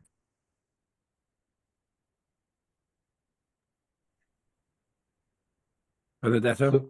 Yes. So today we have 5 5 projects on the APKI, the Asgardian Project Coordination Institute. We have 5. The one is from John Fine. Maybe he will speak a little bit about it. I don't know what I can say or not. Then we have the Asgardian Dialing project, which is coming from Sarah and is with the idea to have a, let's say, phone code for Asgardian all over the world, a dedicated one. The third one is the Digital Space Library project, which for the moment is on the freeze because I don't have any information from Ugo about it. So I don't know what to do with it today. For the fourth one, we have a project about selling real estate in Italy, luxury real estate in Italy, which is coming from a woman from Italy, which is from Poland herself. But there is a project about that, and normally there will be a company starting a startup starting soon about it. And the last one is the one I asked one minister for about crypto money. It's about Solana, but I don't have any answer from him because here we speak about cyber security and to be secure in what we can do or not. I don't know if he handled this correctly, but I hope having an answer. Some people on the Discord server are waiting for that. So those are the 5 ongoing projects for the moment in the API. Thank you. After this, after I get the other contributions, I'd like us to informally decide which 2 projects we'll try and put more energy behind, plus the one that we were discussing in the previous session. Ricky. Yeah, whatever happened to the film project that you discussed? It's still Just going. a little bit. It's very expensive. It's still going though. Other things need to happen outside of Asgardia for me to have the resources to do it. The problem is, well, why don't you crowdfund it? Say again? Why don't you do a crowdfunding? Well, everybody tries to do that, but it's in short, you need to have a lot of money to do this, and you essentially need a film company or a TV station to do it. You can do it cheaply, but it's incredibly demanding. So I've made many programs, and I know the size of the team and everything else. So I think we can do it. It's just I need to get other things in place before we do it. That's all. The reason I don't talk about it is because I'm in all these conversations all the time, and once it comes through, then I'll be able to share more. But at this point, I haven't got the resources to do that. It's a very hard project. If I did that, I'd be doing it 3 days a week, 4 days a week. So I need to wait until I got resources from a broadcaster, and then I can do it. Right. Literally, it's as simple as that. Benedetto? Well, just Yes. been a while since you mentioned it. So Yeah, that's why, because I haven't at this stage got the I haven't got the resources yet, and I could do it myself, but then I wouldn't be doing anything else, and I can't spend the time on that when I have to do all the other things for Asgardia. So I need to get a resource to make this happen. That's why. It's simply that. That's all it is. About me, I have 2 ideas, 2 main ideas. The first one is about the live maybe we can do on the Asgardia TV show, a live about space launches and so on. But for that, we need a team who can talk, we can prepare, we can handle the show. So that is the first idea. Yeah, say that again. Sorry, could you repeat that? I had a problem. Yes, it's about having live show on the Asgardia TV. Yeah, yeah. About space launch, for example, and all about space. So that is the first one. The second one is creating, let's say, a do-it-yourself Asgardian company, let's say, in which we can prepare a lot of do-it-yourself projects that people around the world can handle, making small team to make them so that those do-it-yourself projects are available on events, local events, to speak and to talk about Asgardia and space. So those are my two ideas. I think I love that. On the first one, that might actually slightly help with what Ricky was asking about. If we could do an Asgardia show, I think I might know a station that might broadcast it. We also have Highway to the Stars by Dan Profair, which we could get on television as well. And I think that would be an exciting couple of shows. Highway to the Stars isn't always about Asgardia, but it's very high quality. And I think that we could probably put that on air as well. I would vote for the show, for sure, the show you're suggesting. And then we can do this fairly straightforwardly, probably using Zoom and then broadcasting it. I think it's a great idea. So I would suggest one of the two project spaces is filled with a show. I'm not against the other one. I just don't want to push people into agreeing or disagreeing. John?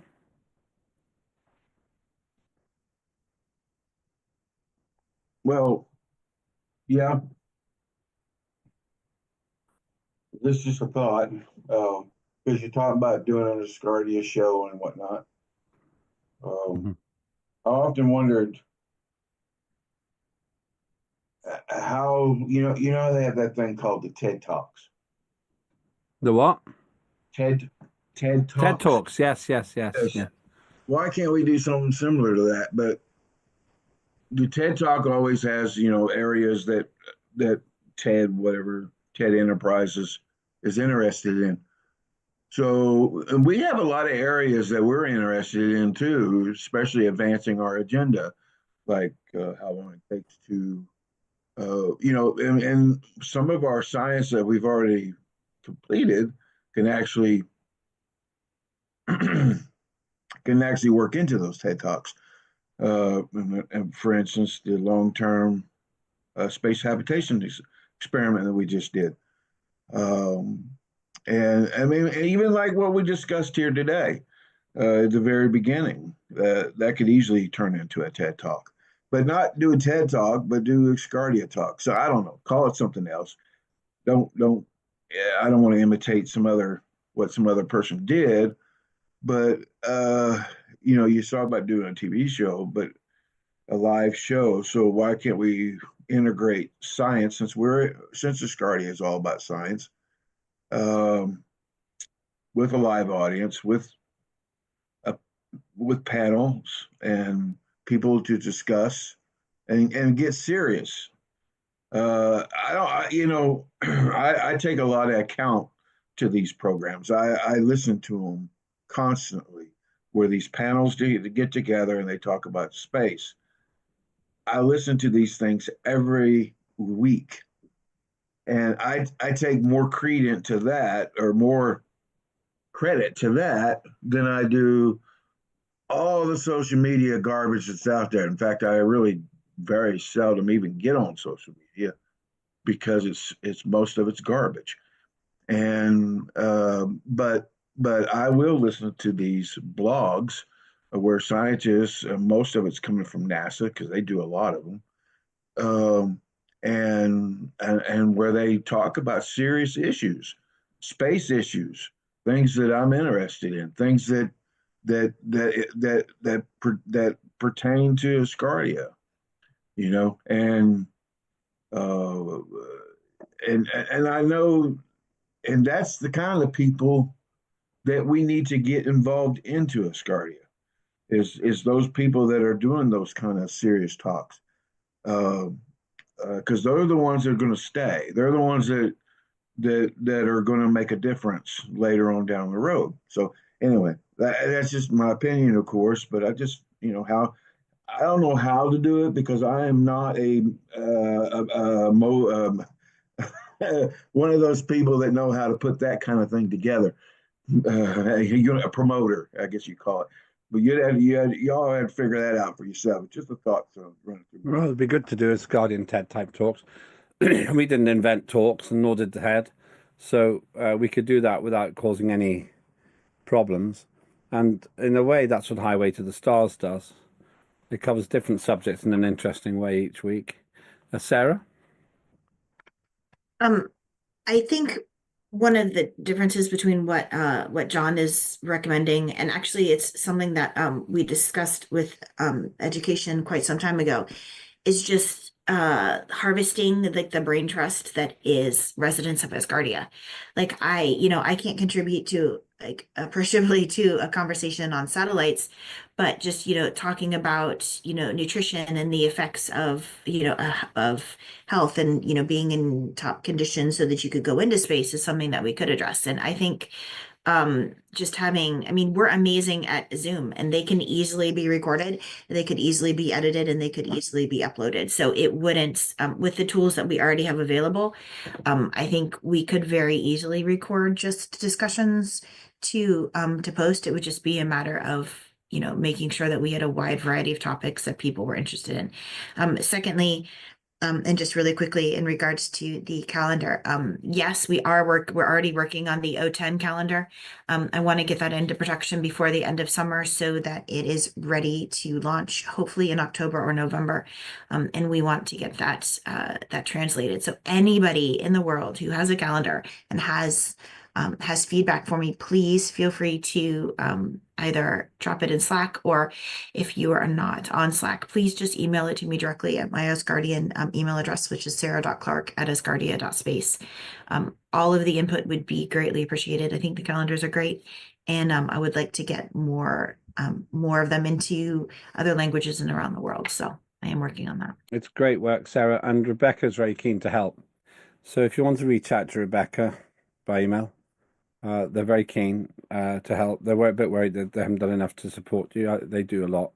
But can you, as an action step, contact Rebecca directly? I'll do it right now. Brilliant. Thank you. Okay. We've got 3 project spaces to fill. Why? Because I thought that 3 would be realistic. One will be the previous item, which Benedetta and Sarah so well presented. Second one, I'm saying, will be the TV show, because I know something I can do to maybe get that show going. So which is the third one? Benedetta made a suggestion. Unless somebody makes another suggestion, we'll go with Benedetta's second proposal as the third item. Here's your chance. We can have more later, but I just want to finish today with 3 new projects. They're not secret. It's not a closed session, so you can come to us with any suggestions anytime you like. Benedetto. Yes, I had another idea that is maybe a part of the DSL project, but today we don't know. It was the idea to have like a time capsule. Someone wrote his journal every day, but we say that we cannot open this journal before 50 years. So you wrote your diary today, and we can only read what you wrote in 50 years with the specific, the characteristic that we will store this journal in space on a satellite. So that was a main idea. It's not a closed idea. And I just wanted to know if some of you have some thought about it. Thank you. Views on this? I like the idea of it. Where would you put it? Would it be digital or would it be physical? We have to build a website for it. Is that your question? We have to build a website for it. The main idea was that it was a part of the digital space library. Is Asgardia behind that? and then store on server on Earth and on server in space on a satellite. One interesting way to do this would be so that once something in there, it can't be seen again until the date, such as 2075. So once it's in there, it stays in there, doesn't get observed. John? Oh, well, I agree. Yeah, that's a great idea, but we may actually get other, like a space agency or something involved, where we could have a time capsule both on Earth and on the moon. Like for similar how we just did, or how we just got on the moon recently. The people that we worked with through there, I'm sure that they could do something like that too. Might be a little pricey, but getting our DNA and all that other stuff wasn't that bad, really. Digital information was pretty inexpensive, if you ask me. But so this may be something that Minister of Culture can help work for us, work out, through using our assets that we already have with where we just launched to the moon. Because that'd be pretty cool to put a time capsule on the moon, I think. That's, I mean, I was sitting there thinking, yeah, that's pretty cool. Putting a time capsule on Earth is pretty cool too. And there have been many people who have always done that, and then they unearthed them late, 30 years later, 50 years later, whatever. And it was like a big event. But yeah, so yeah, any one of those would work, and we could get people involved, lots of people involved with that. But on the other point that I wanted to say something about, because you mentioned Highway to Space, which, by the way, I think is a great program, and he's starting to get some really cool people. But that's not what I'm visioning. I'm visioning something more like what you do with TNT, or the current program that you're currently running, where you actually have more than one people that come in and talk and on a subject, and you got your social media people providing input and all this. You got all this stuff streaming in to your one location. I'm thinking more like that, where and that's not as good as a TED Talk, and it's not as good as what NASA's doing. But most people ain't got the attention span. Of course, Sarah has brought this up, to listen to what NASA's doing, like I do. And because they bring on panels of experts, and I love listening to them, but most people won't listen to that. But doing what you would do with the TNT program, yeah.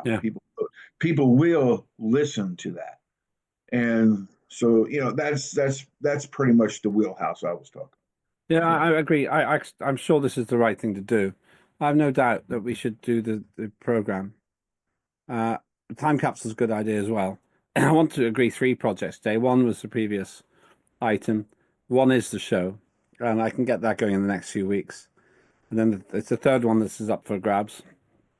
Sarah? As coincidence would have it, this week, I was looking at two different softwares that basically just record your life, right? Like things that you, sorry, back up. So one is called Storyworth, and the other is called Remento. And basically what they are is like Remento, there's a QR code and it just pops up and you can read, there's prompts, and you record all of your answers, or just tell about your life, memories, and things that like in 50 years or even 100 years would be incredibly valuable, like just sociologically, especially if people are no longer on Earth. And I really love the time capsule idea, because it would be very easy just to create. I would think, I don't know, I don't create things like Benedetto does, but just to create a resource for people to with prompts record information and then send it, digitally to space or to a vault or to someplace, and for families to know that that is available, I think is really cool. So I like the idea, and I think it would be easier than definitely like a telecommunications project to accomplish.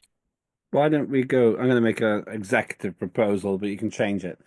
Why don't we go for these three? First of all, the Benedetto Sarah presentation, turning that into the perceived value for residency. Secondly, the show. And thirdly, the time capsule. I'm suggesting we take those three forward. It's not really a vote, but if people agree with that, we can add other things, but let's get going with those three because they're all interesting and all very different. Okay, that's decided. Aliona, if you can put those three down. I'll work with, I'm happy to take the lead on with whoever else wants to. We'll ask for volunteers for all these three next Thursday. Happy to take the lead for now on the TV show because I can. Benedetto, I suppose, is leading on the Benedetto Sarah project, but you can work that out between yourselves. Who's going to be in charge of the time capsule? I suppose Benedetto again. I don't want to overload you. We could say Sarah, if you wanted, we could ask Sarah to lead on residency. You can, Benedetto, lead on the time capsule. I'll lead on, for now, on the show, though I'd like to delegate that if I can.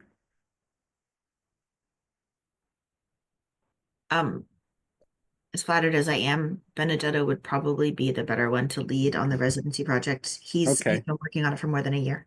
All right. That's okay with Benedetto. I just don't want to overload you with too many projects. So I've got a slight problem with my earpiece, which is why I'm messing with this all the time. If you're okay with that, Benedetto, maybe we can get somebody you can delegate. You can do them both, or you can delegate time capsule. We might get some volunteers on Thursday. Or here. Yes, what I say that it's at the end that we need like civil servants to help. If we do it alone, we will just do nothing. So it's very important to have a team, a real team behind that, a real team that work on it really.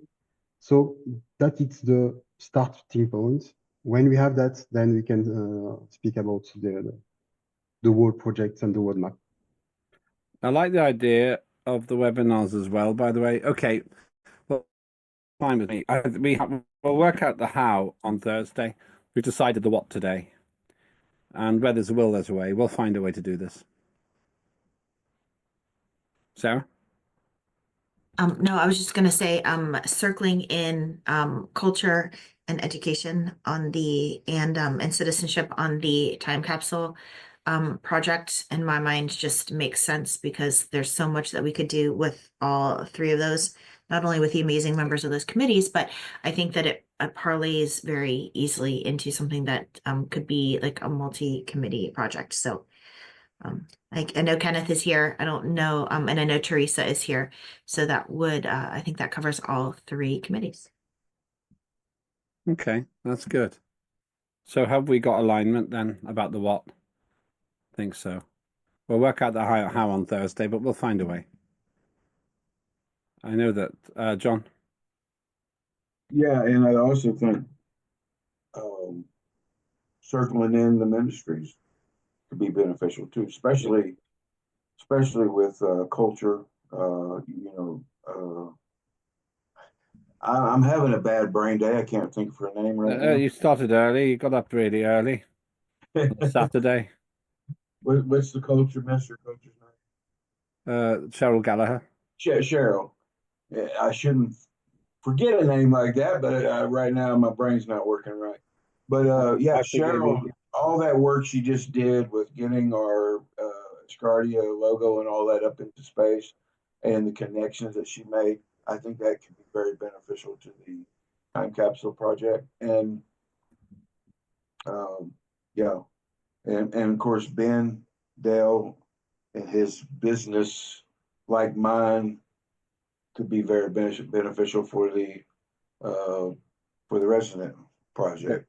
Let me ask let me ask Linda to put down that I need to reach out the Prime Minister to talk about the prospect of having ministerial involvement in these 3 projects. Yeah, that's good. Great, thank you. Well, at this point, what I'm going to do actually, I'm going to jump ahead on the agenda to the last, to future events and any other business, and then come back to the closed session, just so that we can let our viewers globally go. On future events, the main things to say are what I always say, as well as the regular weekly meeting on Thursdays. We've got 3 digital sittings coming up. And one of these Asgardian legislative forums, which will come up a couple of weeks before the next digital sitting in May. There's quite a lot of work to be done there. The LMRG, Legislative Merit Review Group, will need to meet as well, I guess, to make sure that everything that's been put in is ready. So the things that you need to have in your diaries are the digital sittings, the next ALF, which I'll confirm the date of next Thursday, and hopefully, eventually, we'll get a date for the launch of our DNA to the moon, which is exciting. In addition, I do like the idea of having some kind of talks, but that could be connected to the TV show. I think might be an overlap there. Let's not promote these things on our social networks yet, the 3 projects. Let's get them really clear, and we'll launch them not all at once, but one after the other. So next Thursday in our session, it'll just be a closed working group session after the main question and answer. We'll get the teams together, and when the teams are ready, we'll launch those 3 things individually. All right, great. Thank you. That's future events. Any other business? And then we're going to go to the closed session, nations of interest. Okay, thank you. I thank you for watching wherever you are in the world. We're going to go into the closed session. It is to tell you what it's about. Looking at nations that might recognize Asgardia. And that's what we're discussing. And the reason it's a closed session is not because it's really secret. It's just I don't want to start creating a public negotiation before we have even approached those nations. The etiquette would suggest it's much better for us to talk privately, then go to the nations privately, and then make a public statement. So I'm going to ask, John, before we go to closed session, John, over to you. Oh, no, mine involves the closed session. Okay, that's fine. Hold on then. So thank you for watching wherever you are. If you want to be involved, if you want to be in closed sessions, get to be a resident and get to stand for Asgardia's Parliament. The sessions aren't sneaky. We don't declare war on anyone. We don't libel anyone. We just do our business.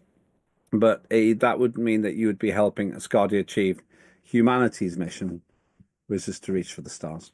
So, Rebecca, if you can close the recording, then in about 30 seconds, I'll go in.